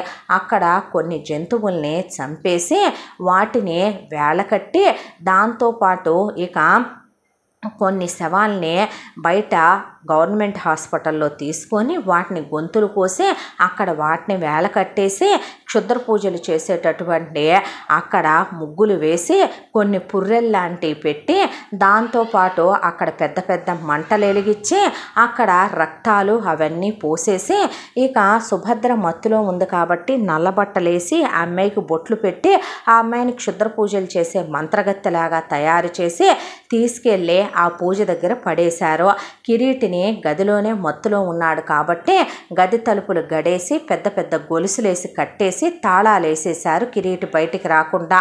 దాంతో ఊళ్ళో జనాలందరికీ వినపడేలాగా మైకులు తీసుకొని పెద్ద పెద్దగా నక్కలు ఊడబెడుతున్నట్టు అలాగే పెద్ద పెద్దగా ఎవరో మంత్రాలు చదువుతున్నట్టు అక్కడ ఎవరెవరో కదిలిపోతున్నట్టు డ్రోన్ కెమెరాలతో క్రియేట్ చేసేసి అవి ఇవి అని వాళ్ళ కొంపల మీద పడేలాగా రక్తాలు చిమ్మమని ఎముకల్ని ఇసిరేయమని కొంతమంది మనుషుల్ని పెట్టి వామ్మో వాయో అని పెద్ద పెద్దగా అరుస్తూ కేకలు పెడుతూ కాగడాలు తీసుకొని బయటకు వస్తే అది పక్క పల్లెటూరు. ఆ ఊళ్ళో జనాలకి కాయకాలు మాయకాలు తెలియదు. వాళ్ళు ఇంకా 100 ఏళ్ళ నాటి సంస్కృతులు సాంప్రదాయాలు ఫాలో అయ్యే మనుషులు. చేతబళ్ళు, బాణామతులు ఇలాంటివి క్షుద్ర పూజలు, మంత్రాలు, మంత్రగత్తెలు ఏదైనా రోగం రొస్టు వచ్చినా ఒక మంత్రం పెట్టించుకోనో ఒక మూలిక తింటేనో ఆకులు రసాలు తాగితేనో తగ్గుద్దనుకునే ఇంకా మానవ జాతిలోకి వస్తూ కూడా మానవుల్ని పూర్తిగా నమ్మనటువంటి ఏనాడో ఉన్నటువంటి ఆది మానవులు లాంటి మనుషులు ఆ ఊళ్ళో పల్లెటూళ్ళలో ఉండేటటువంటి జనాలు కాబట్టి వాళ్ళంతా ఇక వాళ్ళందరినీ అక్కడికి పిలిపించి వామ్మో వాయ్యో ఇంకేముంది చూసారా ఎంతటి ఘాతుకం చేస్తుందో ఇది, రండమ్మా రండయ్యా అని బేస్మెంట్లోకి తీసుకెళ్ళి అక్కడ పడిపోయి ఉన్న సుభద్రను చూపించి మంత్రాలు చదివి చదివి పూజలు చేసి చేసి పోయింది ఇది.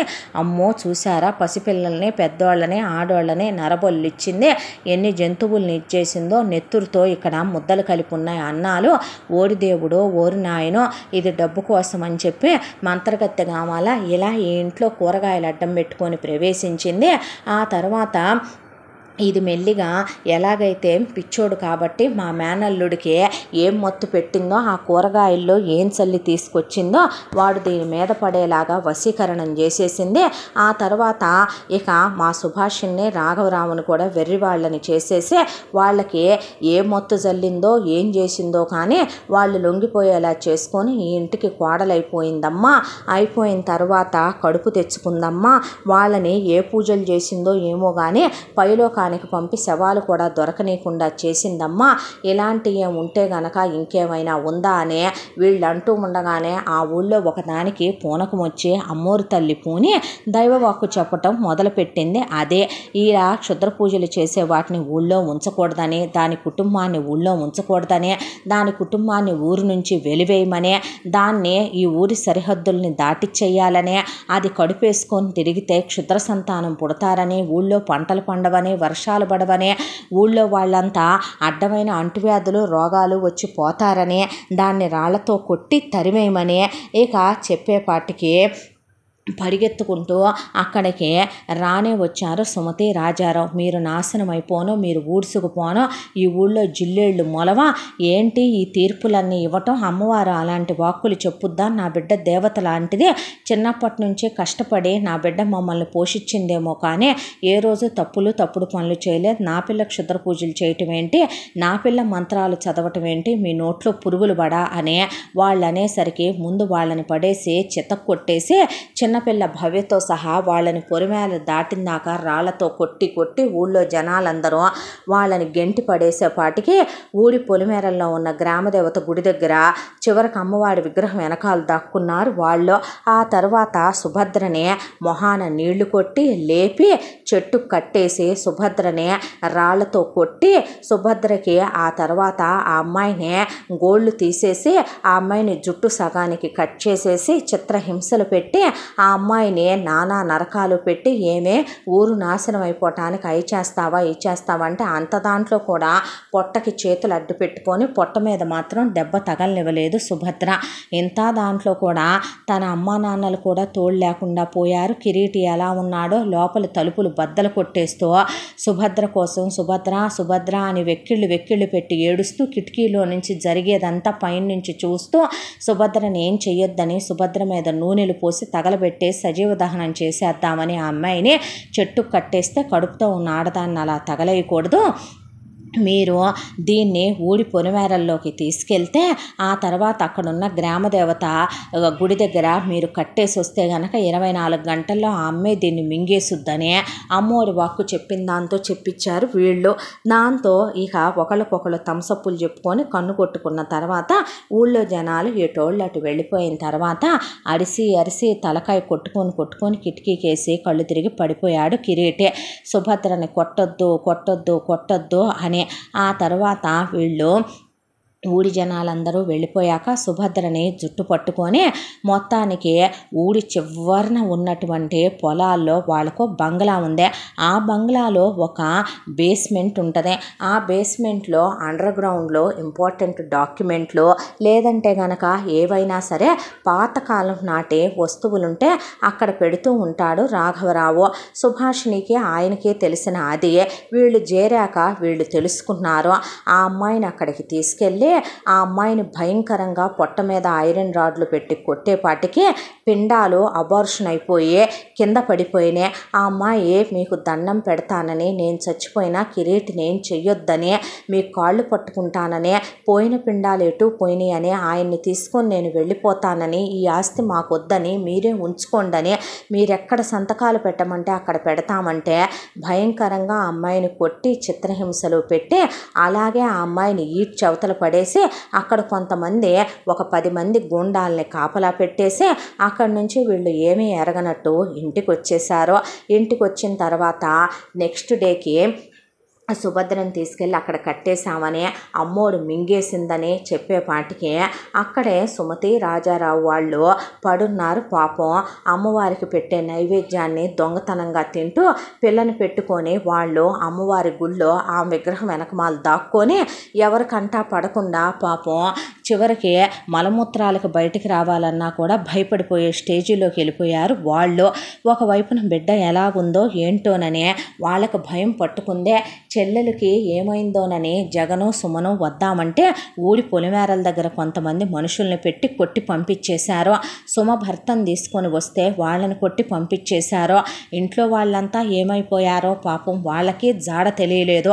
సుమతి రాజారావు గుళ్ళో ఉన్నారని తెలియక వాళ్ళు వెనక్కి తిరిగి వెళ్ళిపోవలసి రావాల్సి వచ్చింది. అంతా దాంట్లో కూడా మెల్లగా తలుపు తీస్తే కిరీటి బయటకు వచ్చి మా అమ్మ కావాలి, నాన్న కావాలి, సుభద్ర కావాలి, సుభద్రని ఎందుకు కొట్టారో నాకు ఆకలి అవుతుంది అని ఇల్లంతా తిరిగి చూసుకుంటూ నా పాపలేరి, నా పాపలు నాకు కావాలి అని పెద్ద పెద్దగా ఏడుస్తూ ఉంటే దేవుడి దగ్గరికి వెళ్ళిపోయారు. మీ అమ్మ నాన్న, సుభద్ర కూడా వెళ్ళిపోయింది, నువ్వు కూడా వెళ్ళిపోమ్మనమని చెప్పారు. దాంతో వెక్కిళ్ళు పెట్టి ఏడ్చి ఏడ్చి ఏడ్చి సుభద్ర రాక అమ్మా నాన్నలు రారని దిగులు పట్టేసుకొని చిన్నపిల్లాడి మనస్తత్వంతో ఉన్న మతిస్థిమితం లేని వాళ్ళు ఏం చేస్తారో, తను కూడా చచ్చిపోతే దేవుడి దగ్గరికి వెళ్ళిపోవచ్చు, దేవుడి దగ్గర అమ్మా నాన్న, సుభద్ర, తన పాపాయిలు ఉన్నారు కాబట్టి అక్కడ వెళ్ళిపోయి హ్యాపీగా ఉండొచ్చని ఒక్కో మెట్టు ఏడుస్తూ ఏడుస్తూ ఎక్కిన కిరీటి 5వ అంతస్తు పైకి ప్యాలెస్ టెర్రస్ మీదకి ఎక్కి అక్కడి నుంచి దూకటం కూడా చూసి సైలెంట్గా ఊరుకున్నారు వీళ్ళు. అలా పైనుంచి దూకిన కిరీటికి తలకి బాగా దెబ్బ తగిలింది, ఒళ్ళంతా గాయాలైనాయి. దాంతో అప్పుడే ఊళ్ళో జనాలు వీళ్ళతో ఊరంతా కూడా ఇలా జరిగింది కాబట్టి అందరూ కూడా అమ్మోరికి అలా బోనాలు సమర్పిద్దాం అనుకుంటున్నామని మాట్లాడదామని వచ్చేపాటికి వామ్మో వాయ్యో ఇంకేముందమ్మా పిల్లాడి పైన నుంచి దూకేశాడు దేవుడు అని నాటకం ఆడి పదండి అని ఊరి పెద్దల హాస్పిటల్కి తీసుకెళ్దామంటే ఆడు ఉండేదా సచ్చేదంట్లే కానీ అని చెప్పి ఎప్పుడూ తీసుకెళ్లే ఫ్యామిలీ డాక్టర్ గారి దగ్గరికి తీసుకెళ్తే ఆయన కిరీటికి ఒక సర్జరీ చేసి 72 గంటల తర్వాత హీఈస్ అవుట్ ఆఫ్ డేంజర్ అని చెప్పి అబ్బాయికి గతం మొత్తం జ్ఞాపకం లేదు కానీ ఇక్కడి నుంచి మాత్రం ఆ అబ్బాయికి పోయినటువంటి మైండ్ వచ్చేసిందని, ఇక నుంచి కిరీటి తన ఏజ్కి తగినట్టుగానే బిహేవ్ చేస్తాడని చెప్పి జరిగింది మంచి కనుకోవాలో చెడు కనుకోవాలో నాకే అర్థం కావటం లేదని ఆయన చెప్పేపాటికి నెత్తిన గుడ్డేసుకొని కూర్చుండిపోయారు వీళ్ళు. ఇదెక్కడ కర్మరా దేవుడా అనుకుంటే కంగారేమీ పడాల్సిన అవసరం లేదని 4 రోజులు అటో ఇటో వీడిని తీసుకెళ్ళి 4 కళ్ళబొల్లి మాటలు చెప్పి ఈడికెట్టు పెళ్ళాం గుర్తులేదు, దాని గురించి చెప్పక్కర్లేదు, అమ్మ బాబులు పోయారని చెప్పి ఆ దిగుల్లో వీడుండగానే వీడిని ఆ ట్యాబ్లెట్లు ఈ ట్యాబ్లెట్లు మింగమని ఇచ్చినట్టే ఇచ్చి ఆ తర్వాత ఒకరోజు మెల్లగా వీడిని పడుకున్న పాటనే ఏ పెట్రోలో పోసి తగలపెట్టేస్తే అది పోతూ పోతూ ఏ మంత్రాలో వీడి మీద ప్రయోగించిపోయిందని వీడే పెట్రోల్ పోసుకొని తగలబెట్టుకొని చచ్చాడని పుకారు పుట్టించొచ్చులే కానీ కంగారు పడబాకండి ఊరి జనం ముందు నటించి హాస్పిటల్ నుంచి డిశ్చార్జ్ చేయించి కిరీటిని ఇంటికి తీసుకెళ్లారు. అమ్మా నాన్నలు ఏరంటే వాళ్ళ ఫోటోలకి దండలేసి దీపాలు వెలిగించేసి ప్రిపరేషన్లు ఆల్రెడీ చేసుంచే వాళ్ళు యాక్సిడెంట్ అయిపోయారని శవాలు కూడా దొరకలేదని చెప్పేపాటికి చాలా దిగులు అనిపించింది. ఆ తర్వాత తన గదిలోకి వెళ్ళాడు. గదిలోకి వెళ్తే మైండ్ ఏదేదో గుర్తు చేస్తోంది. ఏవో నీడలు, ఎవరో ఒక అమ్మాయి నవ్వుతున్నట్టు, ఆ అమ్మాయితో తను సరదాగా కబుర్లు చెప్పినట్టు, అమ్మ ఎవరో నీ పెళ్ళామని చెప్పినట్టు, ఎవరో ఒక అమ్మాయి కడుపుతో ఉండి తిరుగుతున్నట్టు, ఒక అమ్మాయిని ఎవరో చెట్టు కట్టేసి కొట్టినట్టు ఏదేదో ఆలాపనలు వస్తున్నాయి. అలా ఒక 10 రోజుల కాలం గడిచిపోయింది. వీళ్ళు మెడిసిన్స్ తీసుకెళ్ళి కిరీటికి ఇచ్చారు. ఇస్తే ఆ మెడిసిన్స్ కిరీటి మైండ్ బాగోక వేసుకోకుండా డస్ట్బిన్లో పడేశాడు. ఫ్యాక్టరీ దగ్గరికి వెళదాం మనసు బాలేదని వెళ్ళి వ్యాపారాల దగ్గర చూస్తే అంతా అవకతవకగా ఉన్నట్టు అనిపించే, మైండ్ అంతా డిస్టర్బెన్స్గా అనిపించి ఆ తర్వాత ఇంటి దగ్గరకు వచ్చాడు. చుట్టుపక్కల గ్రామాల్లో ఉన్నటువంటి ప్రజలందరూ వచ్చి పలకరించి వెళ్ళటం, పెద్ద మనుషులందరూ రావటం, ఆ తర్వాత అమ్మా నాన్నలు పోయారని సానుభూతులు తెలియచేయటం, ఆ తర్వాత వాళ్ళ తోటలు పొలాలు చూద్దామని వెళ్ళటం, వీడికేంది ఎంత ఇది కలిగిందే అనేపాటికి ఏవేవో చిన్ననాటి జ్ఞాపకాలు, అమ్మా నాన్నలతో ఆడుకున్న క్షణాలు గతం గుర్తు తెచ్చుకోవటానికి ప్రయత్నిస్తున్నాడు కిరీటి. ఆ విషయం వీళ్ళకి తెలియక ఆస్తి మీద వ్యామోహంతో తీసుకెళ్ళాడేమోనని వీళ్ళు అనుకుంటూ ఉండగా ఒక రోజున అందరూ పడుకున్నారు. పడుకొని ఉన్నప్పుడు అప్పటి వరకు తన గదిలో వార్డ్రోబులు ఓపెన్ చేయని కిరీటి తన బెడ్రూమ్ డోర్ లాక్ చేసి వార్డ్రోబులు ఓపెన్ చేశాడు. చాలా జాగ్రత్తగా ఉన్నామనుకున్న వీళ్ళు ఆ వార్డ్రోబుల్లో ఉన్నవన్నీ కిరీటి చూస్తాడని తీస్తాడని గమనించకపోవటం అక్కడ దేవుడి లేలే అనుకోవాలేమో. దాంతో ఓపెన్ చేస్తే అక్కడ అమ్మాయి బట్టలు, పట్టు చీరలు, నగలు, దాంతోపాటు ఇక వాటన్నిటినీ అటు ఇటు చేతులతో కదిలిస్తూ ఉంటే ఆ నగలన్నీ ఎవరికో తను వేసినట్టు, ఆ చీరలు ఎవరో కట్టుకున్నట్టు, అక్కడ పర్ఫ్యూము, ఆ పర్ఫ్యూమ్ స్మెల్, తను ఎవరికో అలా ఒంటి మీద చల్లినట్టు, ప్రతి రాత్రి ఎవరితోనో ఇంటిమేట్ అయినట్టు కొన్ని బెడ్షీట్స్ స్పెషల్గా ఉన్నాయి. అవన్నీ కనిపిస్తూ అలా వెతుకుతూ వెళితే ఒక పెద్ద ఆల్బము, పెన్ డ్రైవ్, కొన్ని సీడీలు కనిపించినాయి. వెంటనే ఆల్బమ్ ఓపెన్ చేసి చూస్తే సుభద్రది, తనది పెళ్లి ఫోటోలు ఉన్నాయి అందులో. ఇక తల బాగా నొప్పి రావటం మొదలైంది. ఆ తర్వాత సీడీలు వేసి పెన్ డ్రైవ్ కనెక్ట్ చేసి చూస్తే మెహందీలు, హల్దీలు, సంగీతులు, ఆ తర్వాత ఇద్దరు హనీమూన్కి వెళ్ళి రావటం, అక్కడ దిగిన ఫోటోలు, తీసుకున్న వీడియోలు, ఇద్దరు క్లోజ్గా ఉండటం, ముద్దులు పెట్టుకోవటం, హగ్ చేసుకోవటం. ఇక కూర్చుండిపోయి తల పట్టుకున్నాడు. తల పట్టుకుంటే మొత్తం ఒక్కొక్కటిగా జ్ఞాపకం రావటం మొదలైంది. చిన్నప్పటి నుంచి అమ్మా నాన్న ప్రతిరోజు గొడవలు పడటం, వీళ్ళు తమ ఫ్యామిలీలో తన చిన్నప్పటి నుంచి చుట్టాలు, బంధువులు ఉండటం, ఆ తర్వాత రోజు వచ్చే నాన్న ఒకరోజు రాకపోవటం, తనకి యాక్సిడెంట్ అవ్వటం, డ్రైవర్ అంకుల్ తన కారులో నుంచి బయటికి విసిరేయటం, తలకు బలంగా దెబ్బ తగలటం, ఆ తర్వాత తన్ని ఇంటికి తీసుకురావటం, ఇంటికి తీసుకొచ్చిన తర్వాత వీళ్ళంతా కలిసి తన్ని తిట్టడం, అమ్మ ముందు వీళ్ళు నటించటం, ఆ తర్వాత తనకి సర్జరీలు జరగటం, మందులు వేసుకోవటం, ఆ తర్వాత కూర్చోబెట్టి అశ్లీలమైన వీడియోలు మామయ్య కూతురు చూపించటం, ఆ తర్వాత తనకి కోరిక కలిగి సుభద్రని ముద్దు పెట్టుకోవటం, ఆ తర్వాత తన పెళ్లి జరగటం, సుభద్ర ఇంటికి రావటం, ఇద్దరు ఫస్ట్ నైట్ రోజు క్లోజ్ అవ్వటం, హనీమూన్కి వెళ్ళి రావటం, చాలా ఇంటిమేటెడ్గా ఉండటం, కలిసి స్నానం చేయటం, ఆమె ప్రేమగా చూసుకోవటం, దగ్గరికి తీయటం, ఇవన్నీ జ్ఞాపకాలు వచ్చేసినాయి. ఆ తర్వాత అమ్మా నాన్న మొక్కుకని వెళ్ళటం, వాళ్ళు తిరిగి రాకపోవటం, సుభద్ర ఆ తర్వాత భయపడిపోవటం, తను ప్రెగ్నెంట్ అవ్వటం, ఆ తర్వాత ఇక వీళ్ళందరూ కలిసి ఏదో పాలల్లో కలిపినట్టు ఆ రోజు తనకి జ్ఞాపకం. తను సుభద్ర అవి తాగేయటం, నిద్రపోవటం, సుభద్రని చెట్టుకు కట్టేయటం, కొట్టడం, జనాలందరూ రావటం, సుభద్ర ఎక్కడికి వెళ్ళిపోయిందో తెలియదు. ఆ తర్వాత తను మెట్లెక్కుతూ వెళ్తే దేవుడి దగ్గరికి వెళ్ళమని చెప్పటం, దూకేయటం, ఆ తర్వాత డాక్టర్ దగ్గర స్పృహలోకి రావటం, ఇవన్నీ వరుసగా జ్ఞాపకం వచ్చి కోపంతో ఊగిపోతూ కిరీటి వెంటనే ఇక వాళ్ళ అమ్మ నాన్నల గదిలోకి వెళితే అక్కడ లైసెన్స్డ్ రివాల్వర్ ఉంది వాళ్ళ నాన్న వార్డ్రోబ్లో. చిన్నప్పటి నుంచి అది వాళ్ళ నాన్న ఎక్కడ పెడతాడో తనకి తెలుసు. దాని పాస్వర్డ్ కిరీటి పేరు మీదే ఉంటుంది. ఓపెన్ చేసి తీశాడు. తీసి వీళ్ళని ఆ రివాల్వర్ పెట్టి సుభద్ర ఎక్కడుందో అడుగుదామని వెళుతూ ఉండగా బెడ్రూమ్లో అందరూ కలిసి కిరీటి పడుకున్నాడు అనుకొని వీళ్ళు రౌండ్ బెడ్ కాన్ఫరెన్స్ పెట్టుకొని అందరూ మంచాల మీద కూర్చొని మాట్లాడుకుంటూ ఉండగా తలుపు దగ్గరే ఆగిపోయింది కిరీటి కాలు.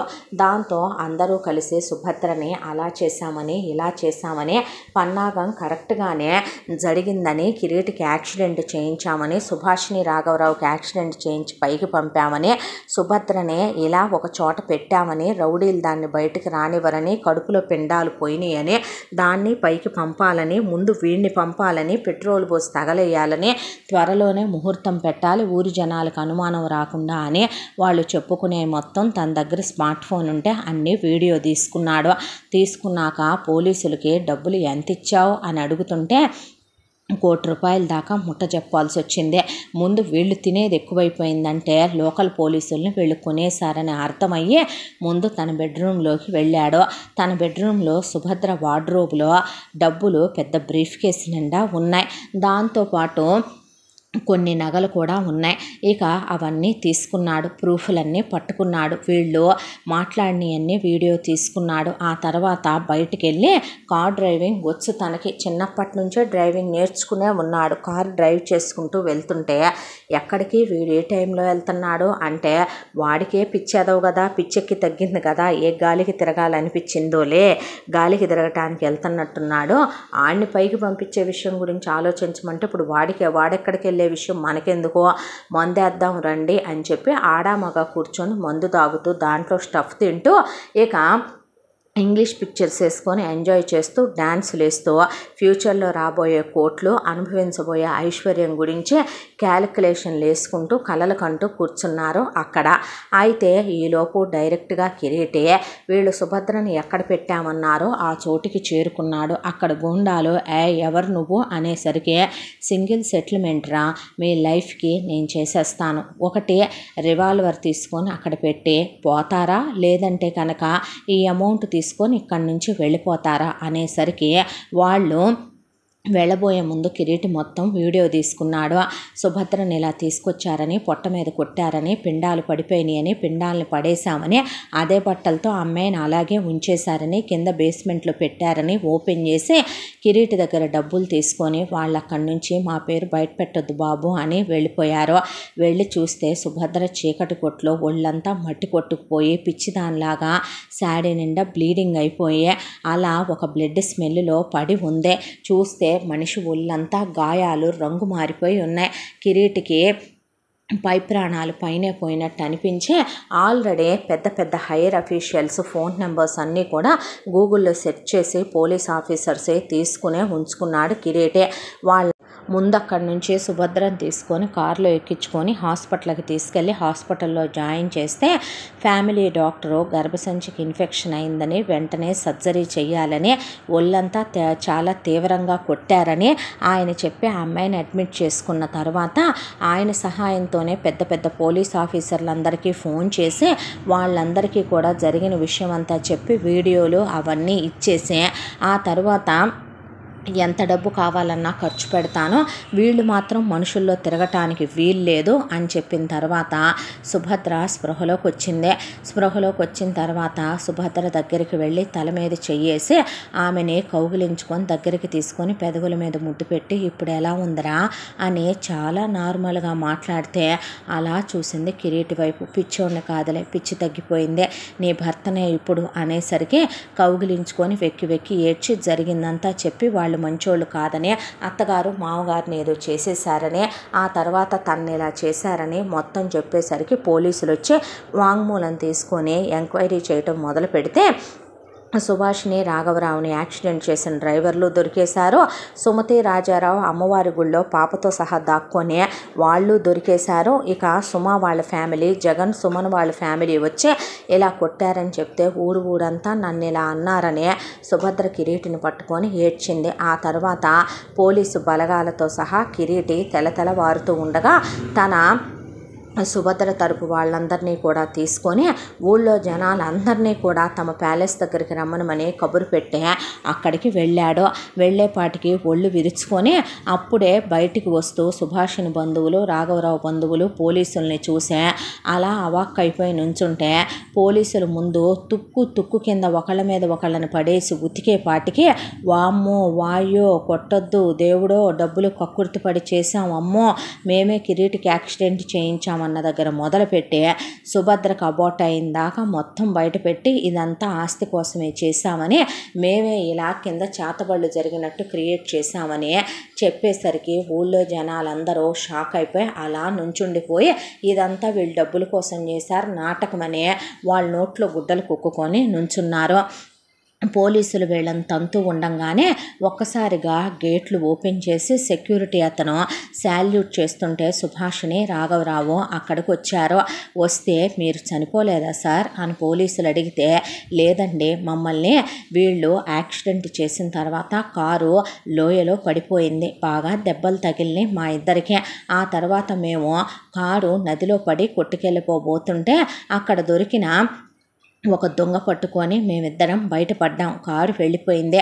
ఆ తర్వాత ఆ అడవిలో ఉండే జనాలు కొంతమంది వచ్చి మాకు ట్రీట్మెంట్ చేసి మేము మళ్ళీ తిరిగి వచ్చేసరికి ఇంతకాలం పట్టిందండి అని చెప్పితే వీళ్ళే మమ్మల్ని ఇలా చేశారని మేము పడిపోయేటప్పుడు ఫోన్లో ఆ రౌడీలు మాట్లాడుతుండగా మేమిద్దరం విన్నాం, మా కొడుకు వాళ్ళు ఏమయ్యారోనని పరుగున వచ్చాం మా గాయాలు తగ్గాక అని చెప్పారు సుభాషిని రాఘవరావు.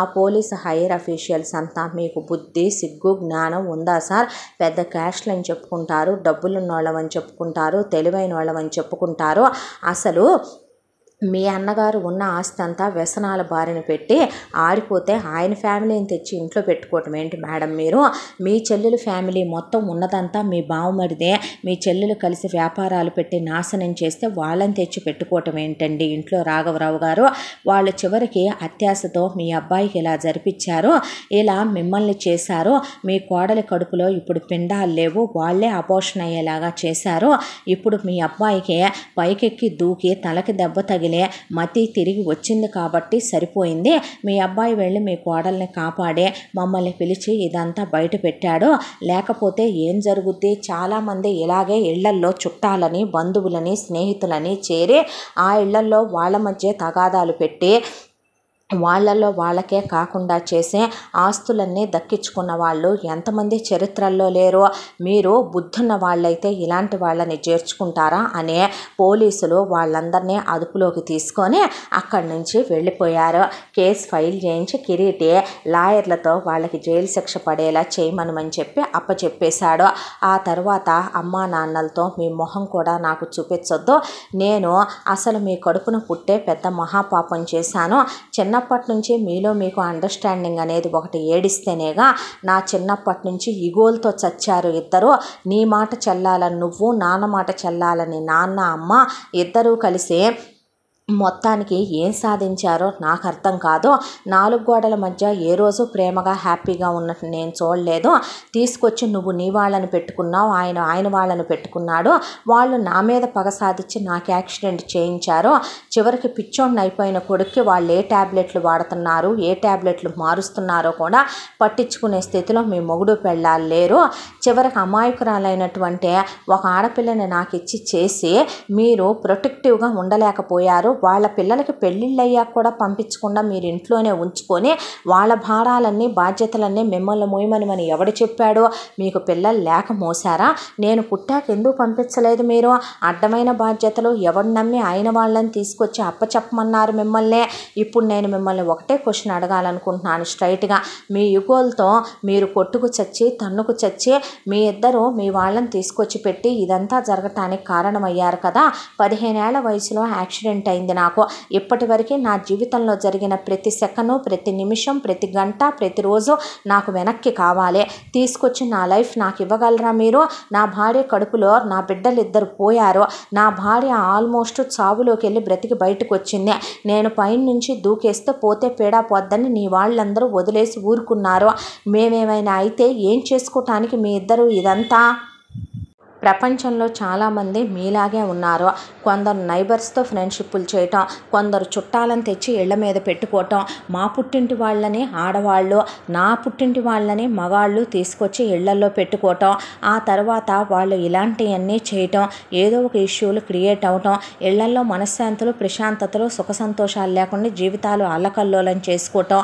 మమ్మల్ని క్షమించయ్యా అని కొడుకు కాళ్ళ మీద పడితే, పోయిన నా జీవితాన్ని, పోయిన నా బిడ్డల్ని ప్రాణాలతో తీసుకొచ్చి నాకు ఇవ్వండి, అప్పుడే క్షమిస్తాను మిమ్మల్ని అన్న తరువాత కొడుకు కాళ్ళు వాటేసుకొని కోడల కాళ్ళు వాటేసుకొని క్షమించమని అడిగి రాఘవరావు లేచి నిలబడి ఊళ్ళో వాళ్ళని, జీవితంలో నేను ఎప్పటికీ మిమ్మల్ని క్షమించలేను, ఈ ఊరికి నేను ఒక్కటే శాపం ఇస్తున్నాను, నా కోడల్ని కడుపుతో ఉన్న పిల్లని అంత నరకం పెట్టారు మీరు, ఈ ఊరిని నేను ఎంత బాగు చేయించానో, ఈ ఊరికి రోడ్లు వచ్చింది, కరెంట్ వచ్చింది, వాటర్ ట్యాంకులు వచ్చింది, పిల్లలకి స్కూళ్ళు వచ్చింది, గుళ్ళు బాగు చేయించింది, మీకోసం చెరువులు తవ్వించింది, మీ పొలాలు పండకపోతే వాటిని సాగు భూములుగా మార్చింది, నా వంశం చల్లగా ఉండాలని చేశాను నేను. అండగా ఉండాల్సిన మీరు నా కోడల కడుపులో నా వంశాంకురాలు పోవటానికి వాళ్ళతో ఏకమయ్యే కారణమయ్యారు. ఎవత్తికి అమ్మోరు పట్టిందని చెప్పి దాన్ని తీసుకొచ్చి పోలీసులు ఎముక ఇరిసేసి దాన్ని కూడా ఈడ్చుకెళ్ళి పోలీస్ వ్యాన్లో పడేశారు.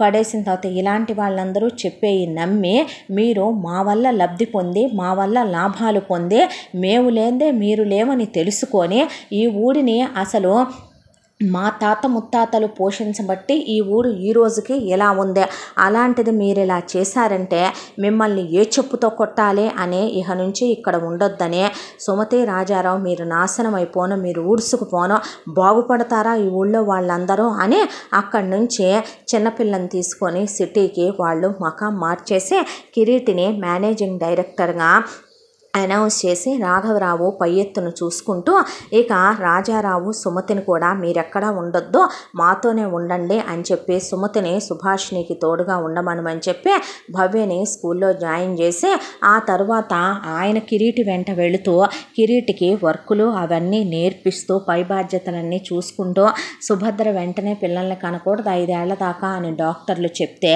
ఎంత దాంట్లో కూడా కిరీటి ప్రేమలో ఏ తేడా రాలా. అన్నీ గుర్తొచ్చాక కూడా కూడా ఈ పిచ్చిదాన్ని వదిలేయలేదు చూసారా మీరు అంటే ప్రేమ పిచ్చిదానా మనసుకు సంబంధించిందే బుద్ధికి సంబంధించింది కాదు అప్పుడు ఇప్పుడు ఎప్పుడు నేను నిన్ను ప్రేమించాను అప్పుడు ఇప్పుడు ఎప్పుడు నువ్వు నా భార్యవే ఏ రోజు కూడా ప్రేమలో ఎలాంటి లోటుపాట్లు లోపాలు రావు నా విషయంలో నేను నిన్ను ఎంత ఇష్టపడ్డానో నీకు చెప్పినా అర్థం కాదు అని కిరీట్ ఆమెను దగ్గరికి తీసుకొని దేశ విదేశాలు తిప్పాడు హనీమూన్లకే వెళ్ళొచ్చారు ఆ లైఫ్లో ఇలా ఉంటుందా జీవితం అనేంత రొమాంటిక్గా ఒక ఆడపిల్లని అసలు ఏ మొగుడైనా అలా చూసుకుంటాడా అనేంత ప్రేమగా చూసుకున్నాడు కిరీటి ఈ విషయంలో మాత్రం ఏ తేడా రాలేదో అన్న తర్వాత మొదటి నుంచి తెలుసుగా నాకు ఆ ధ్యాస ఎక్కువని నీకు అయినా నా పెళ్ళాంతో నేను సుఖపడాలనుకోవటం కూడా తప్పే అంతకుముందు నాకు తెలియలేదు నీతో ఎలా క్లోజ్ అయ్యాననేదే నా ఆశ తీరనే లేదే ఏం చేద్దాం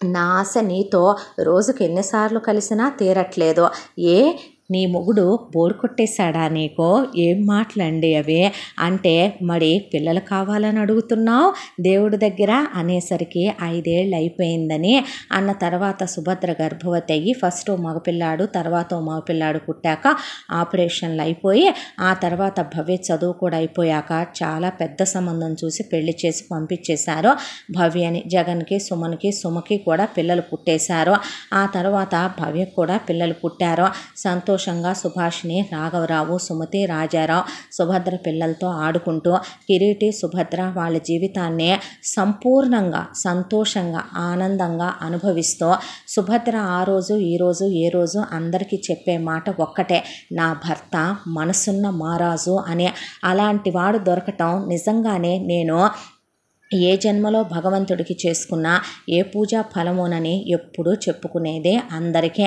వాళ్ళ జీవితం అలా సంతోషాలు ఆనందాల మధ్య గడిచిపోతూ ఈ కథ ఇలా కంచికి చేరింది ఇక వాళ్ళందరూ కూడా చేసిన తప్పులకి వాళ్ళందరికీ జైలు శిక్షలు పడ్డాయి ఎంతటితో ఈ కథ సమాప్తం మళ్ళీ మరొక మంచి కథతో కలుసుకుందాం తప్పకుండా మన ఛానల్ని లైక్ చేయండి షేర్ చేయండి సబ్స్క్రైబ్ చేయండి బెల్ ఐకాన్ క్లిక్ చేసి ఆల్ అనే బటన్ని ప్రెస్ చేయడం మర్చిపోకండి ఈ కథను మనకు అందించిన కథా రచయిత్రి జి యామిని శ్రీనివాస్ గారు థ్యాంక్ యూ